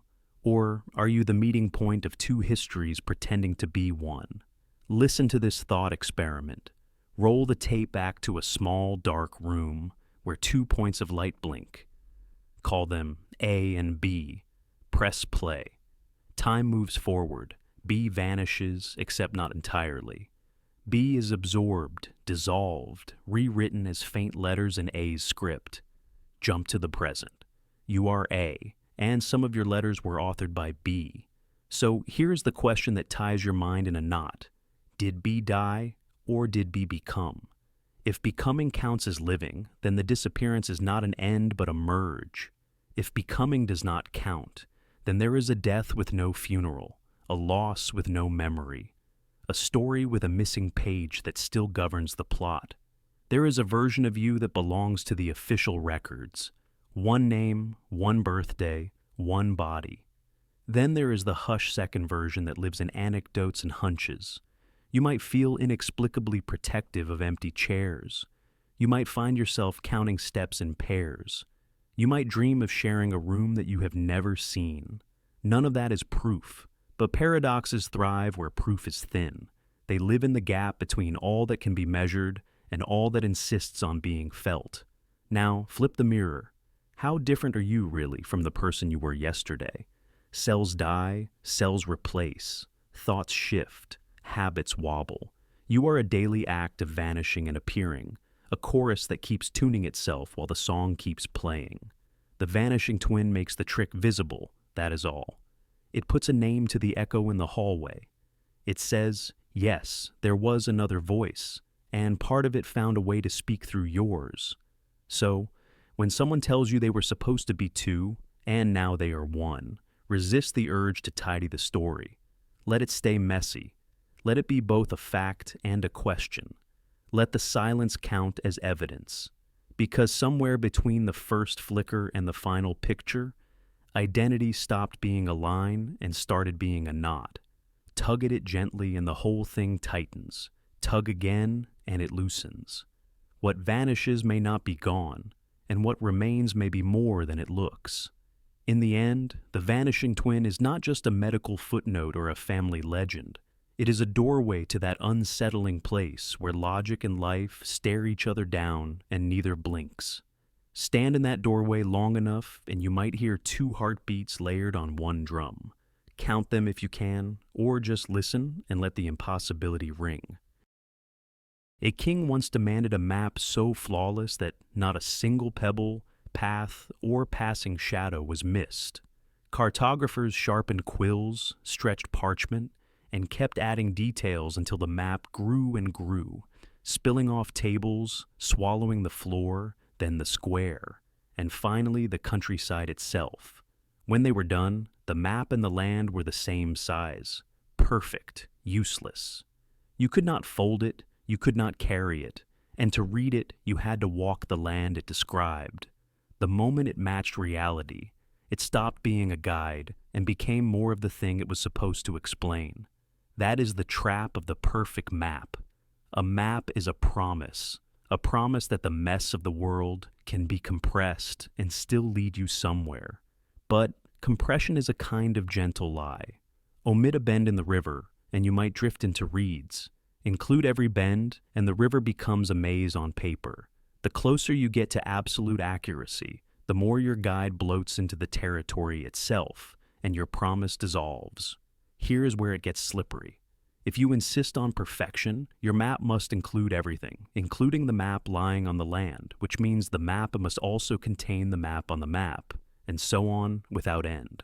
Try to imagine zooming in forever, the drawing of the drawing of the drawing, a hall of mirrors where precision becomes a bottomless pit. That kind of perfection is not just hard, it is impossible. And yet, we crave it. We build models of our cities, our bodies, our minds. We label, measure, and predict. We want a chart that tells us where love leads, a timeline that guarantees how grief heals, a spreadsheet that predicts the next lucky turn. We want a map that never lets us be surprised. But life is not keen on being flattened. Even your calendar is a map of your time, and when you cram every minute with labels, you feel you have captured your day.